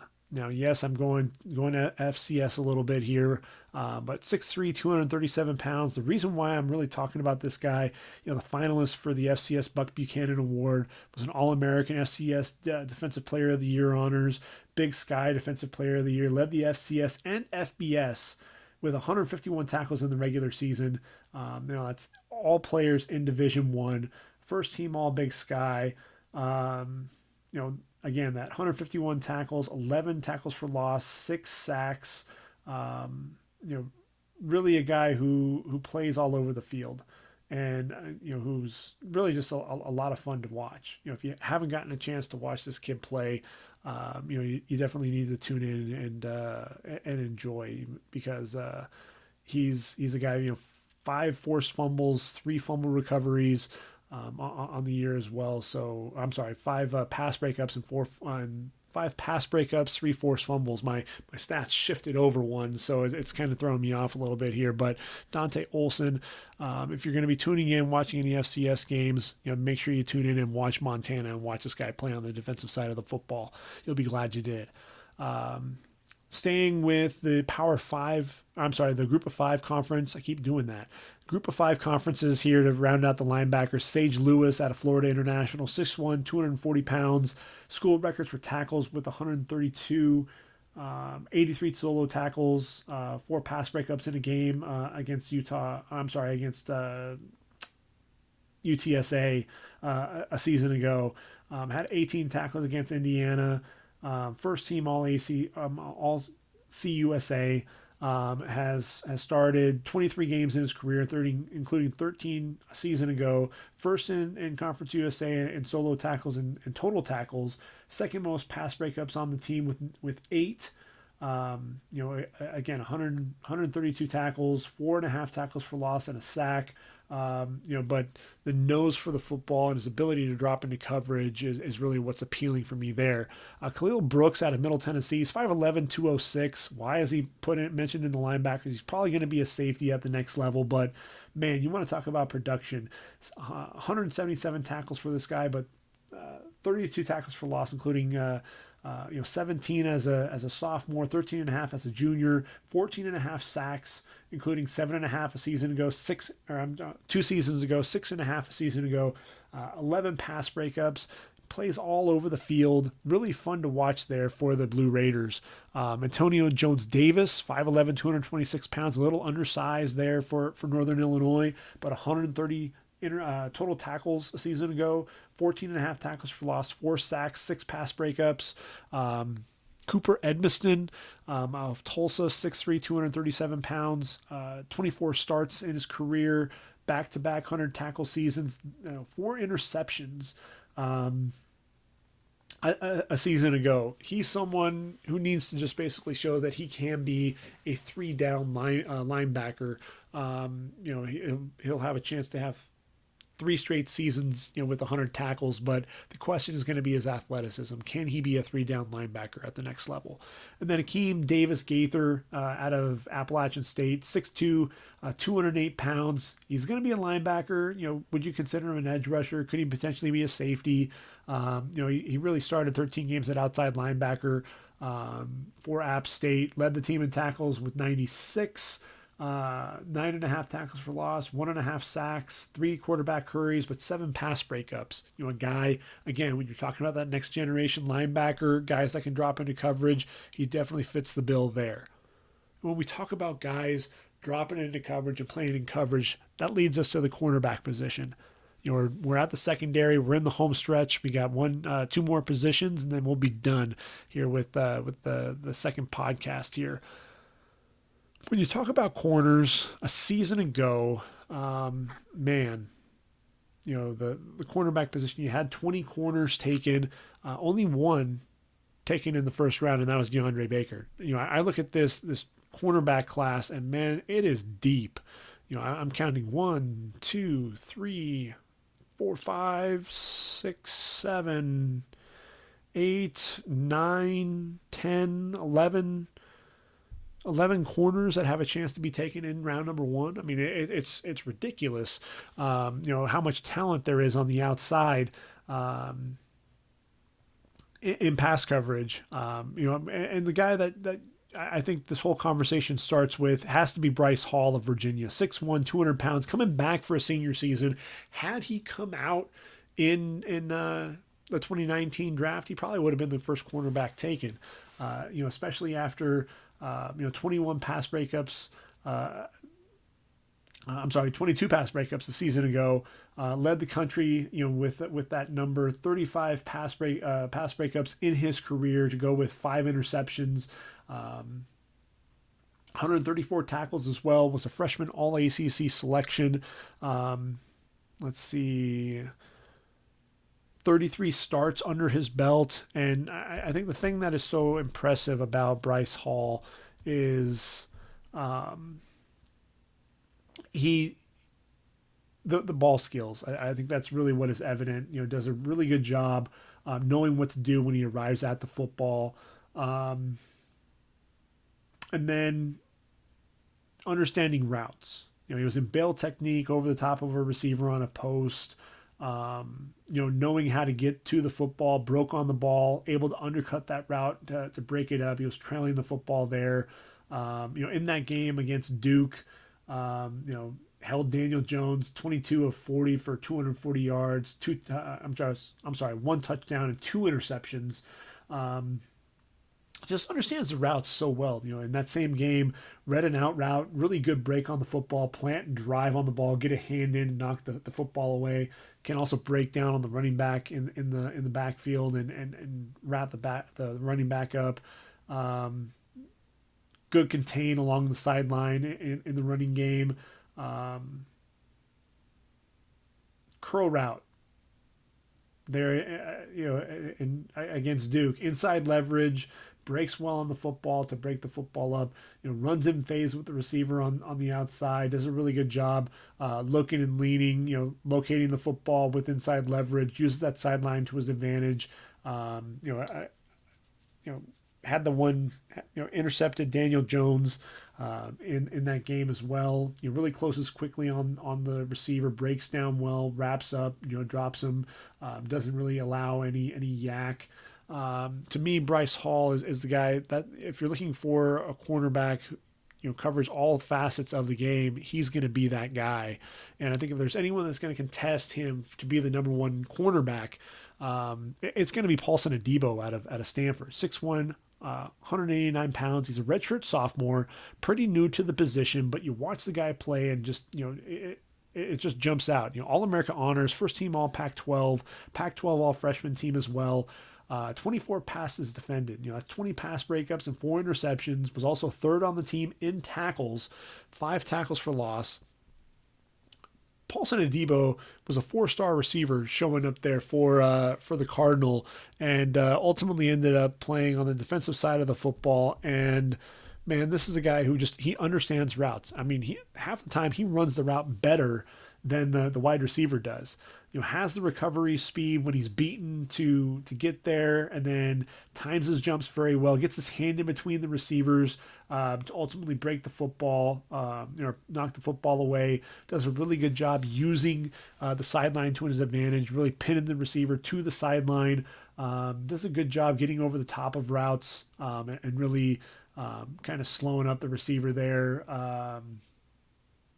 Can play in bump and run, blanket coverage on the receivers, stays in the receiver's back pocket. I look at the Notre Dame game, off coverage against Miles Boykin. There was a slant inside, really drove quickly on the football, hits the receiver just as the ball arrived. Boykin able to hold on to the ball, but no yak at all, no yards after catch. I think he's aggressive, but does have some missed tackles as a result. Excellent length though, times his jumps very well, knows how to attack the football in the air. I think that's one of the things as a receiver that you're known for is being able to go up and get the football and really high point a ball. I think that's what Paulson Adebo can absolutely do. Jeffrey Okudah, best Ohio State cornerback a season ago, even with Kendall Sheffield and Damon Arnett on the field. When you look at him in 2018, in the Rose Bowl, 5 tackles, 2 pass breakups, tied with Kendall Sheffield for 8 pass breakups to lead the team. He's somebody to me, 6'1", 200 pounds. I see him, as potentially the next, Denzel Ward. 27 games played in his career. Just somebody who just continues to flash, continue to get better. Someone to really keep an eye out for in the Big Ten. Trevin Diggs out of Alabama, 6'2", 199 pounds. Really, in 2016 was a kickoff guy. Return kicks and punts. Had 11 receptions for 88 yards. Had also 5 tackles and a forced fumble as a cornerback. Really, shifted to defense only in 2017. Didn't really see the field a whole lot. In 2018, had a foot injury that made him sit out the rest of the year against Arkansas. But prior to that, was tied for 4th in the SEC in pass breakups before that injury. Had 6 pass breakups to that point. Has excellent length. Has again another converted receiver. Understands routes. Understands those route concepts. Excellent ball skills. Can attack the football in the air. Definitely someone to keep an eye out for. Jalen Johnson, 6 foot, 190 pound junior. First team all Pac-12 a season ago. 14 starts, 4 interceptions. Led the team and was 3rd in the Pac-12. First team all academic there in the Pac-12 as well. 4 interceptions, 4 pass breakups a season ago. Teams really stopped throwing his way. Had 12 starts. Played in 12 games, 2 starts. Missed the bowl game with the surgery. But had an interception, 6 pass breakups. He's going to be the guy. He and Julian Blackman, the safety, are going to be the guys for Utah on the back end of that defense, along with Anai and Leki Fotu up front. AJ Terrell out of Clemson, 6'1", 190 pounds, the junior. If you just look at the numbers, I think that, that doesn't say enough. 4 interceptions, 10 pass breakups, but, 15 starts under his belt. Scored the first points in that college football playoff final with a pick 6 of Tua Tagovailoa. And even though Trayvon Mullen got a lot of the love, AJ Terrell got to see a lot more footballs because people were trying to throw away from Mullen a little bit. And I thought that AJ Terrell more than held his own. Definitely somebody who has the ball skills to play at the next level. Let's see what we have here.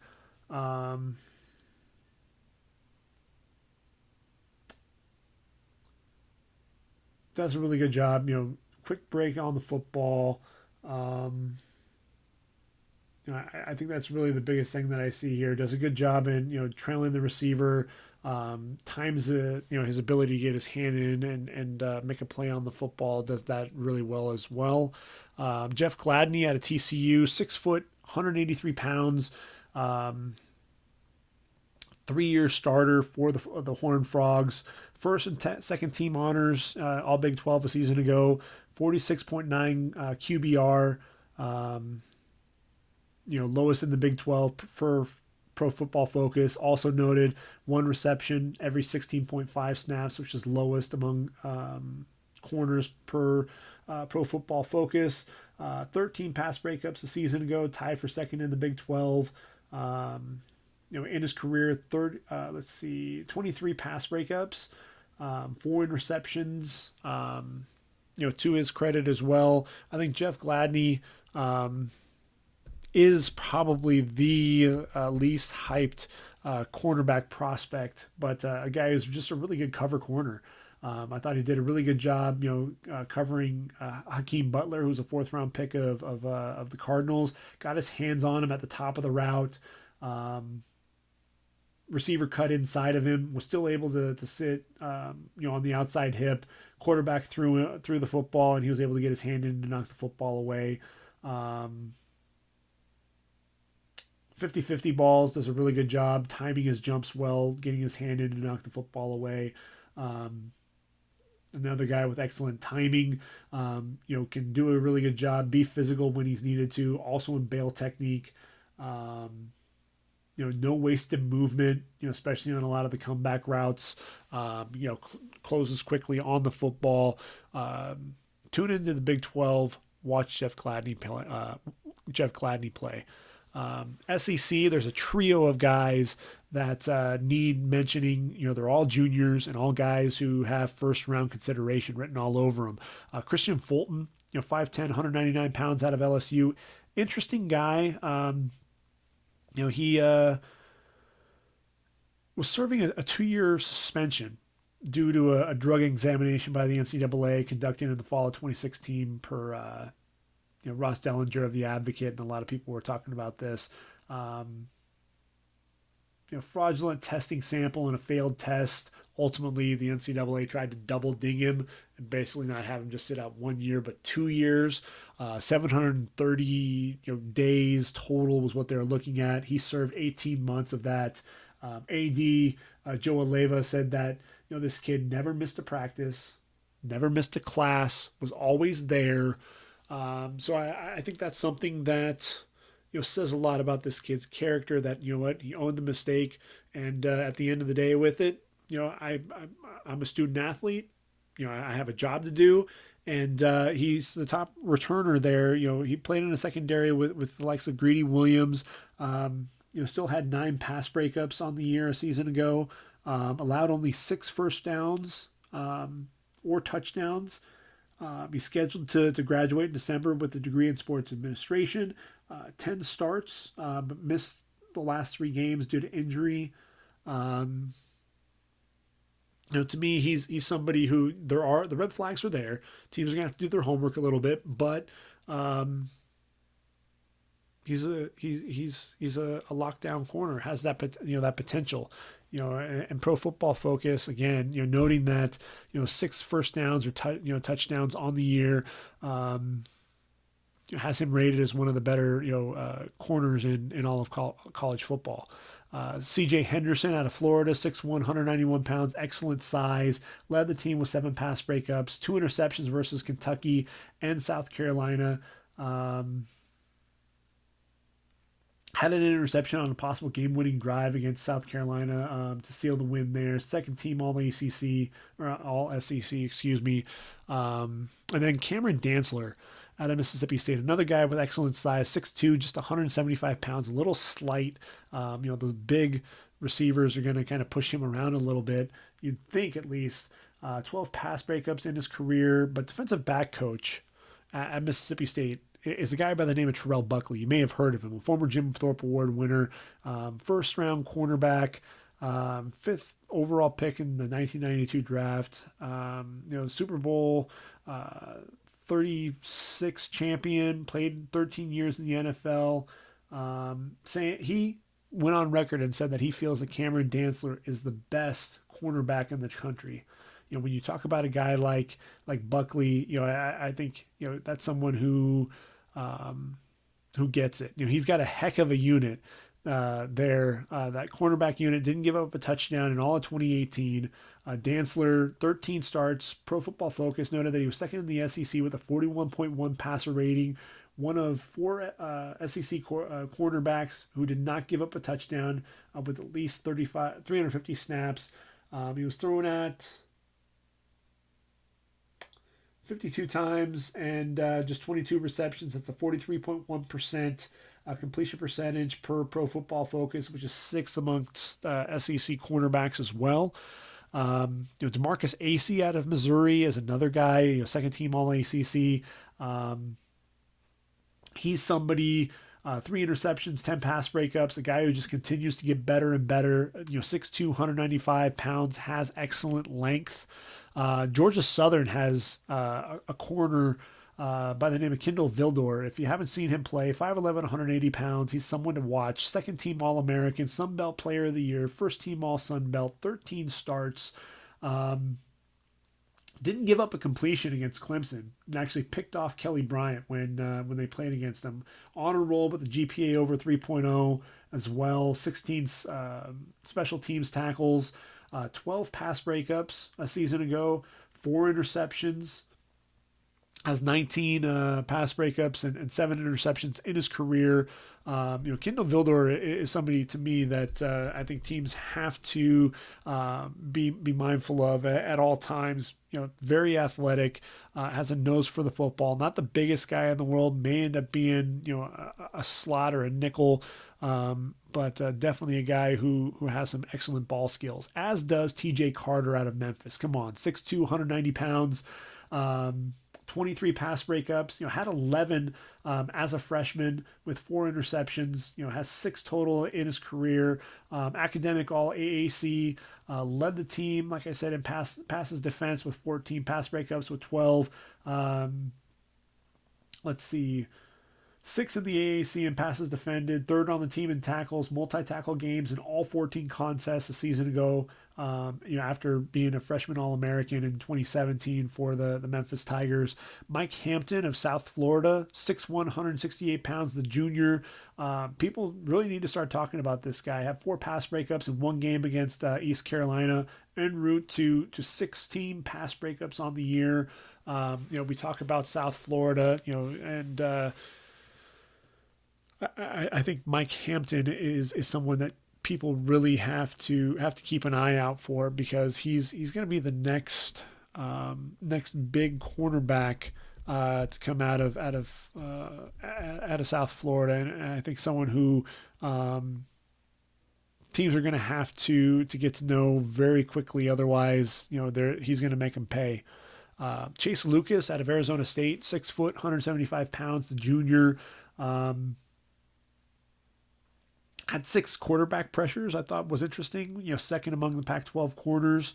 13 passes defensed, 5 interceptions. Got picked on quite a bit in 2017. Targeted more than any other corner with 1 pass his way every 4.6 passes per Pro Football Focus, but still allowed the 5th lowest completion percentage of any cornerback, regardless of year. So I thought that was pretty impressive as a freshman.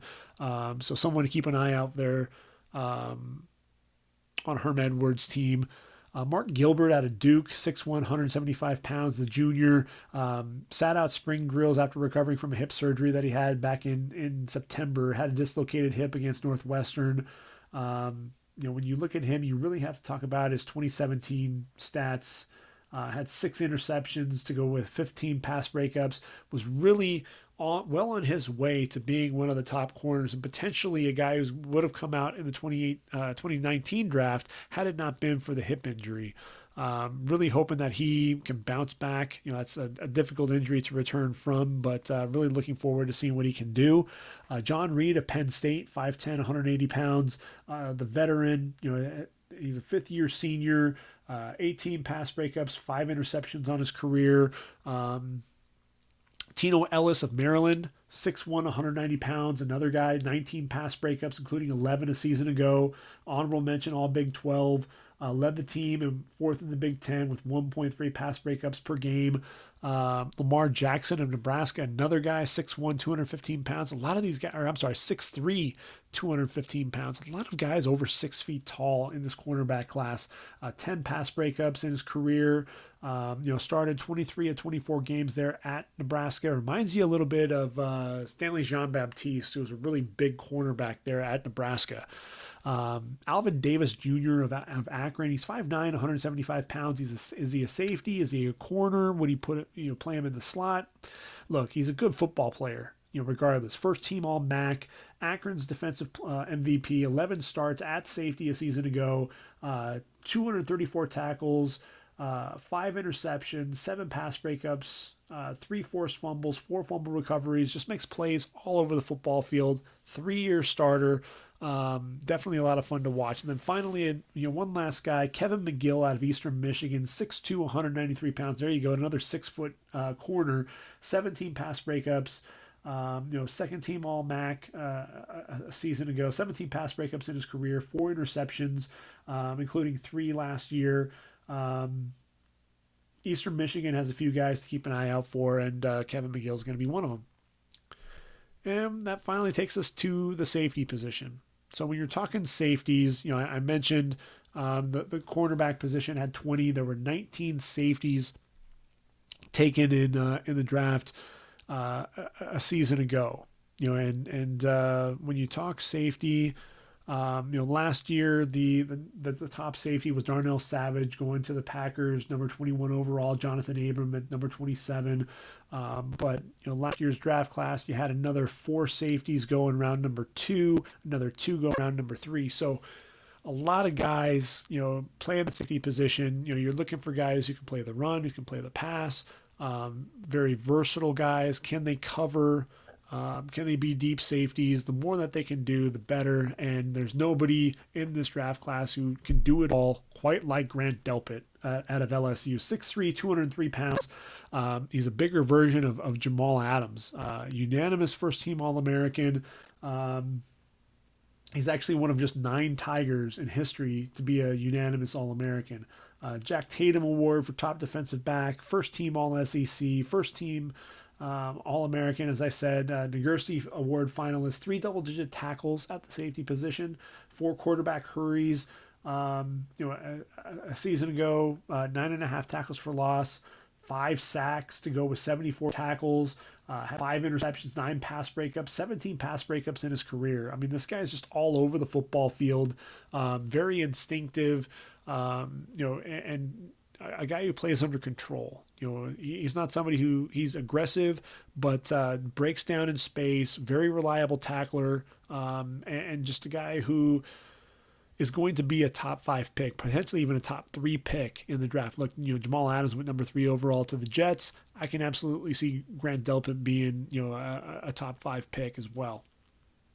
Xavier McKinney out of Alabama, another guy who just does a little bit of everything. 74 tackles, 6 tackles for loss, 3 sacks, 2 interceptions, 10 pass breakups. You look at what this guy can do. He's a defensive MVP of the Orange Bowl as well. 5 tackles, 4 pass breakups in that game against OU. And Xavier McKinney, to me, he's another Minka Fitzpatrick. I think he has a good shot at being a first-round pick. Richie Grant out of Central Florida, 6 foot, 194 pound junior. Last season had 108 tackles, had 3 tackles for loss, 6 interceptions. Led the team in tackles and interceptions, 53 all-purpose yards as well. First team all AAC. A guy who, he has excellent range and has a nose for the football, can make a play on the football, good ball skills. So I think that's going to translate well. Antoine Brooks, the next Maryland safety, 5'11", 210 pounds, started his career as a linebacker, made the transition to defensive back. 150 tackles in his career, 19 for loss. Had 9.5 tackles for loss in each of the last 2 seasons, 3.5 sacks, 3 interceptions, 4 forced pass breakups. I really want to see what he can do. Another year at defensive back under his belt, really being able to, he shows the ability to play in the box as a defender in the box. What can he do, in coverage, and what can he do on the back end? But he's somebody, who I think has, really good potential to be a guy that can be taken in the first 2 rounds of this draft. As is Reggie Floyd, frankly, 6 foot, 222 pounds out of Virginia Tech. Another guy who really plays well around the line of scrimmage. 9.5 tackles for loss again. Another guy with that, from a season ago. At least 70 tackles in each of the last 2 seasons. What can he do in coverage? Not much. Not much in terms of the stats. Just five. He has had 5 interceptions, has 2 pass breakups. But he's an in the box defender. I really want to see what he can do, dropping into coverage a little bit more. There's J.R. Reed out of Georgia, 6'1", 194 pounds, transferred from Tulsa, able to play in 2017. Immediately, has started it, all 28 games with Georgia. Had 6 quarterback pressures in 2017. Has 7 tackles for loss, 2.5 sacks, 4 interceptions, 7 pass breakups, excellent range. I think that's one of the things that you'll see watching him play. How about Shaim Carter out of Alabama, 6 foot, 195 pounds. Didn't really play much for Bama, but started 12 games at the star position, 2 pick sixes. Led the team second in the SEC. Actually, returned those 2 for 83 yards. Had 3 quarterback hurries to go with 10 pass breakups as well. Josh Metellus out of Michigan, 6 foot, 204 pounds. 34 games played, 25 starts. Second team All Big Ten a season ago. A big time special teams defender. 3 interceptions a season ago to go along with 5 pass breakups. Brandon Jones of Texas, 6 foot, 205. I've seen a lot of people have him highly rated, and he's one of those veteran presences back there in the back end of the defense. 34 games played, 23 starts. 9.5 tackles for loss. He's someone who, Caden Sturden gets all the love there for the Longhorns, but I think he's the guy who's really going to have a breakout season in 2019 for the Longhorns.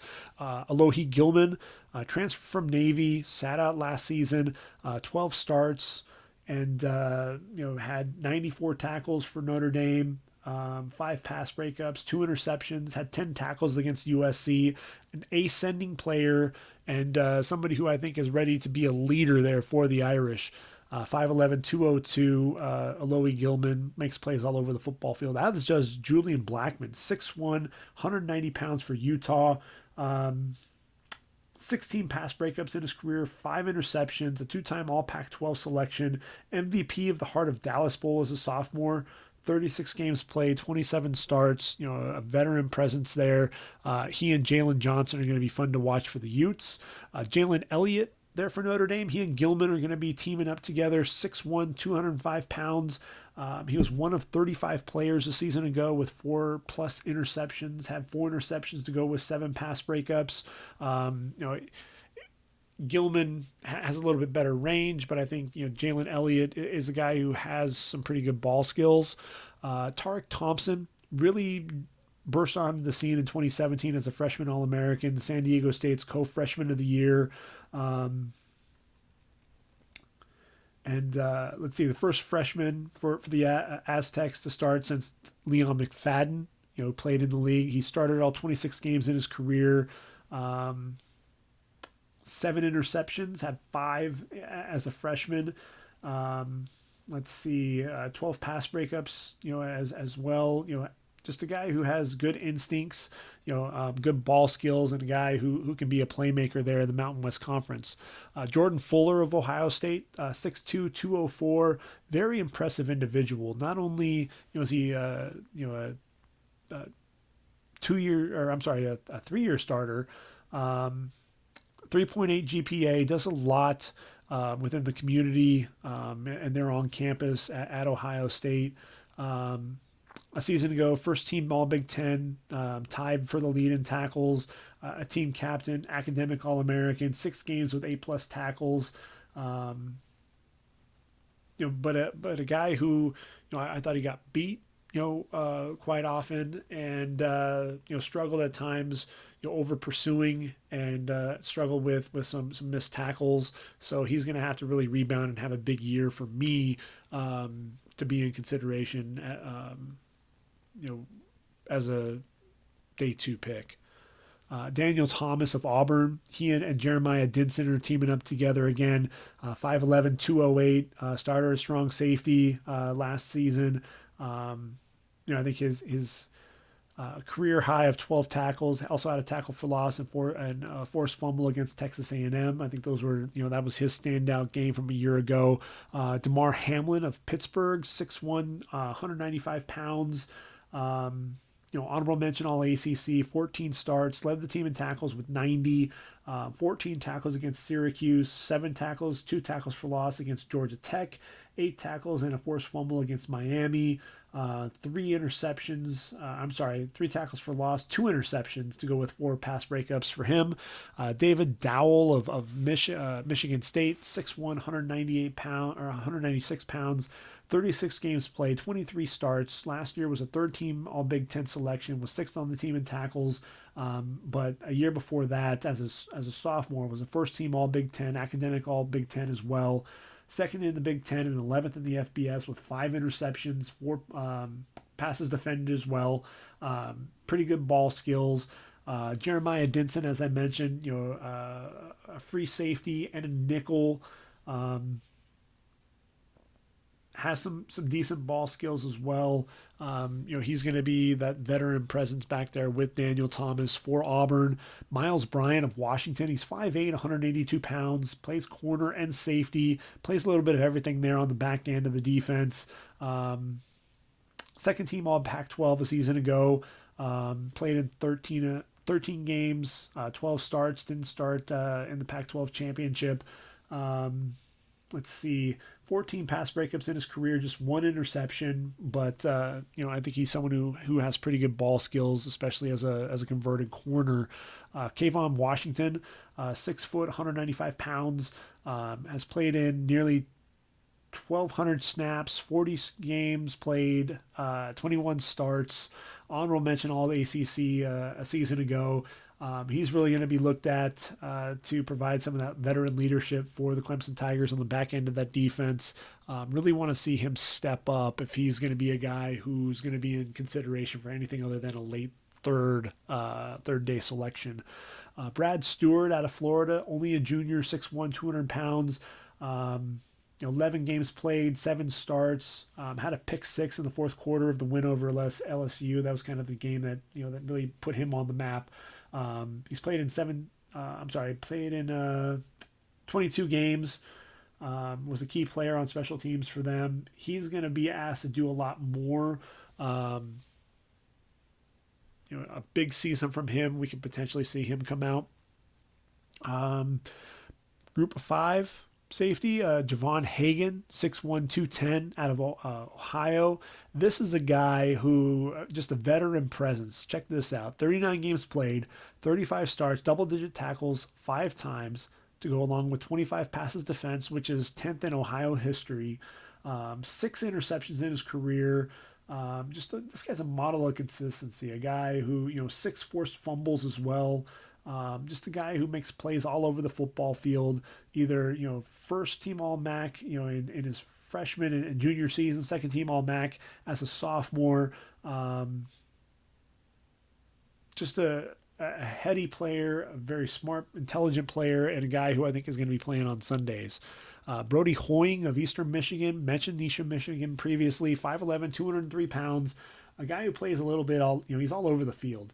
172 tackles, including 15 behind the line. Had 11 tackles for loss last season.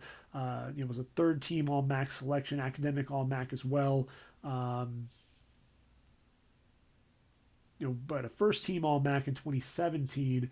11 starts at the dog position, 3 games with double-digit tackles in 2017. Reminds me, he has a little bit of Andrew Wingard to him as a group of five safety with the flowing locks. And then Desmond Franklin out of Appalachian State, 6 foot, 200 pounds. First team All Sun Belt, Sun Belt's top rated safety by Pro Football Focus, 10 starts at free safety, 7 interceptions in his career, and eight pass breakups. He's someone who I think has pretty good range as well, and someone who will be on NFL radars. So we've gotten through the defense. Over 100 players covered here, talking about defense. And we've made it. We've made it through all the offensive and defensive side of the football. We've talked about over 220 players. Hopefully that'll help you, at least get a starting point for the 2019 college football season. Next week, where do we go from here? Well, next week we're going to go ahead and take a look at the conferences. We're going to talk about matchups. We want to take a look at what games are we going to be keying in on. You're going to be, a lot of these guys from Group of 5 conferences, maybe playing some Power 5 teams early on in the season. There are going to be matchups that you're going to want to watch, and then obviously as we get into conference play, which games are going to be must-see TV. And we'll take a look at some FCS prospects. We've only covered a few over the last 2 weeks, so we'll have to take a look at that a little bit. Take a look at some FCS prospects, and then I'll also talk about my All Shoots team. All Shoots team, the second installment of the All Shoots team. And that's really just my favorite players at each position, guys that I think that are going to make an impact at the next level. So All Shoots team will basically be centered around that 2019 draft and the guys that I am expecting moving forward to be making their presence felt at the next level. So we'll kind of talk about that a little bit, and then finally college football season is right around the corner, and we'll have Miami and Florida, which will be kicking off a week from Saturday, so we'll definitely be able to talk about that game just a little bit, and while we're at it, we'll cover we'll start looking ahead to the first week of college football, the first full week, I should say, and that's really going to be more down the following week. We'll really break down a lot of the matchups, but August 24th, we'll also take a look a little bit at Arizona's Wildcats and Hawaii. It'll be an intriguing matchup. You'll have Khalil Tate for the Wildcats going up against Cole McDonald, who's kind of one of those sleepers there for Hawaii. Cedric Bird, a good slot receiver for them. J.J. Taylor, a solid running back there for the Arizona Wildcats. And, the Wildcats also have a linebacker that I didn't even mention when we were talking about the linebacker. And here I go again, guys that I forget about and mention at the very end of the podcast. But I'd be remiss if I didn't talk about Colin Schooler. Colin Schooler is a guy who makes plays all over the football field for the Wildcats. 6'1", 221 pounds, 215 tackles in his first 2 seasons, 35 tackles for loss, including 21 and a half a season ago, 7.5 sacks, 4 interceptions, 5 pass breakups. This is a guy, I don't know how in the world I haven't mentioned him previously. He's somebody who's going to be very fun to watch in the Pac-12. Just seems to make plays all over the football field. And he's a pretty good athlete too, so he'll be one to watch. So with that said, I think we'll go ahead and put episode 2 in the books. We'll go ahead and get it all wrapped up, and we'll bring episode 3 to you next week. We'll go ahead and take a look at the matchups, and we'll take things from there. So until next week, hope everyone does enjoy the rest of their week, and enjoy your weekend, and we'll talk next week. So for Ready for the Draft podcast, readyforthedraft.com, this is Gregg Schutze. Until next time, everyone, I am out of here. Take care.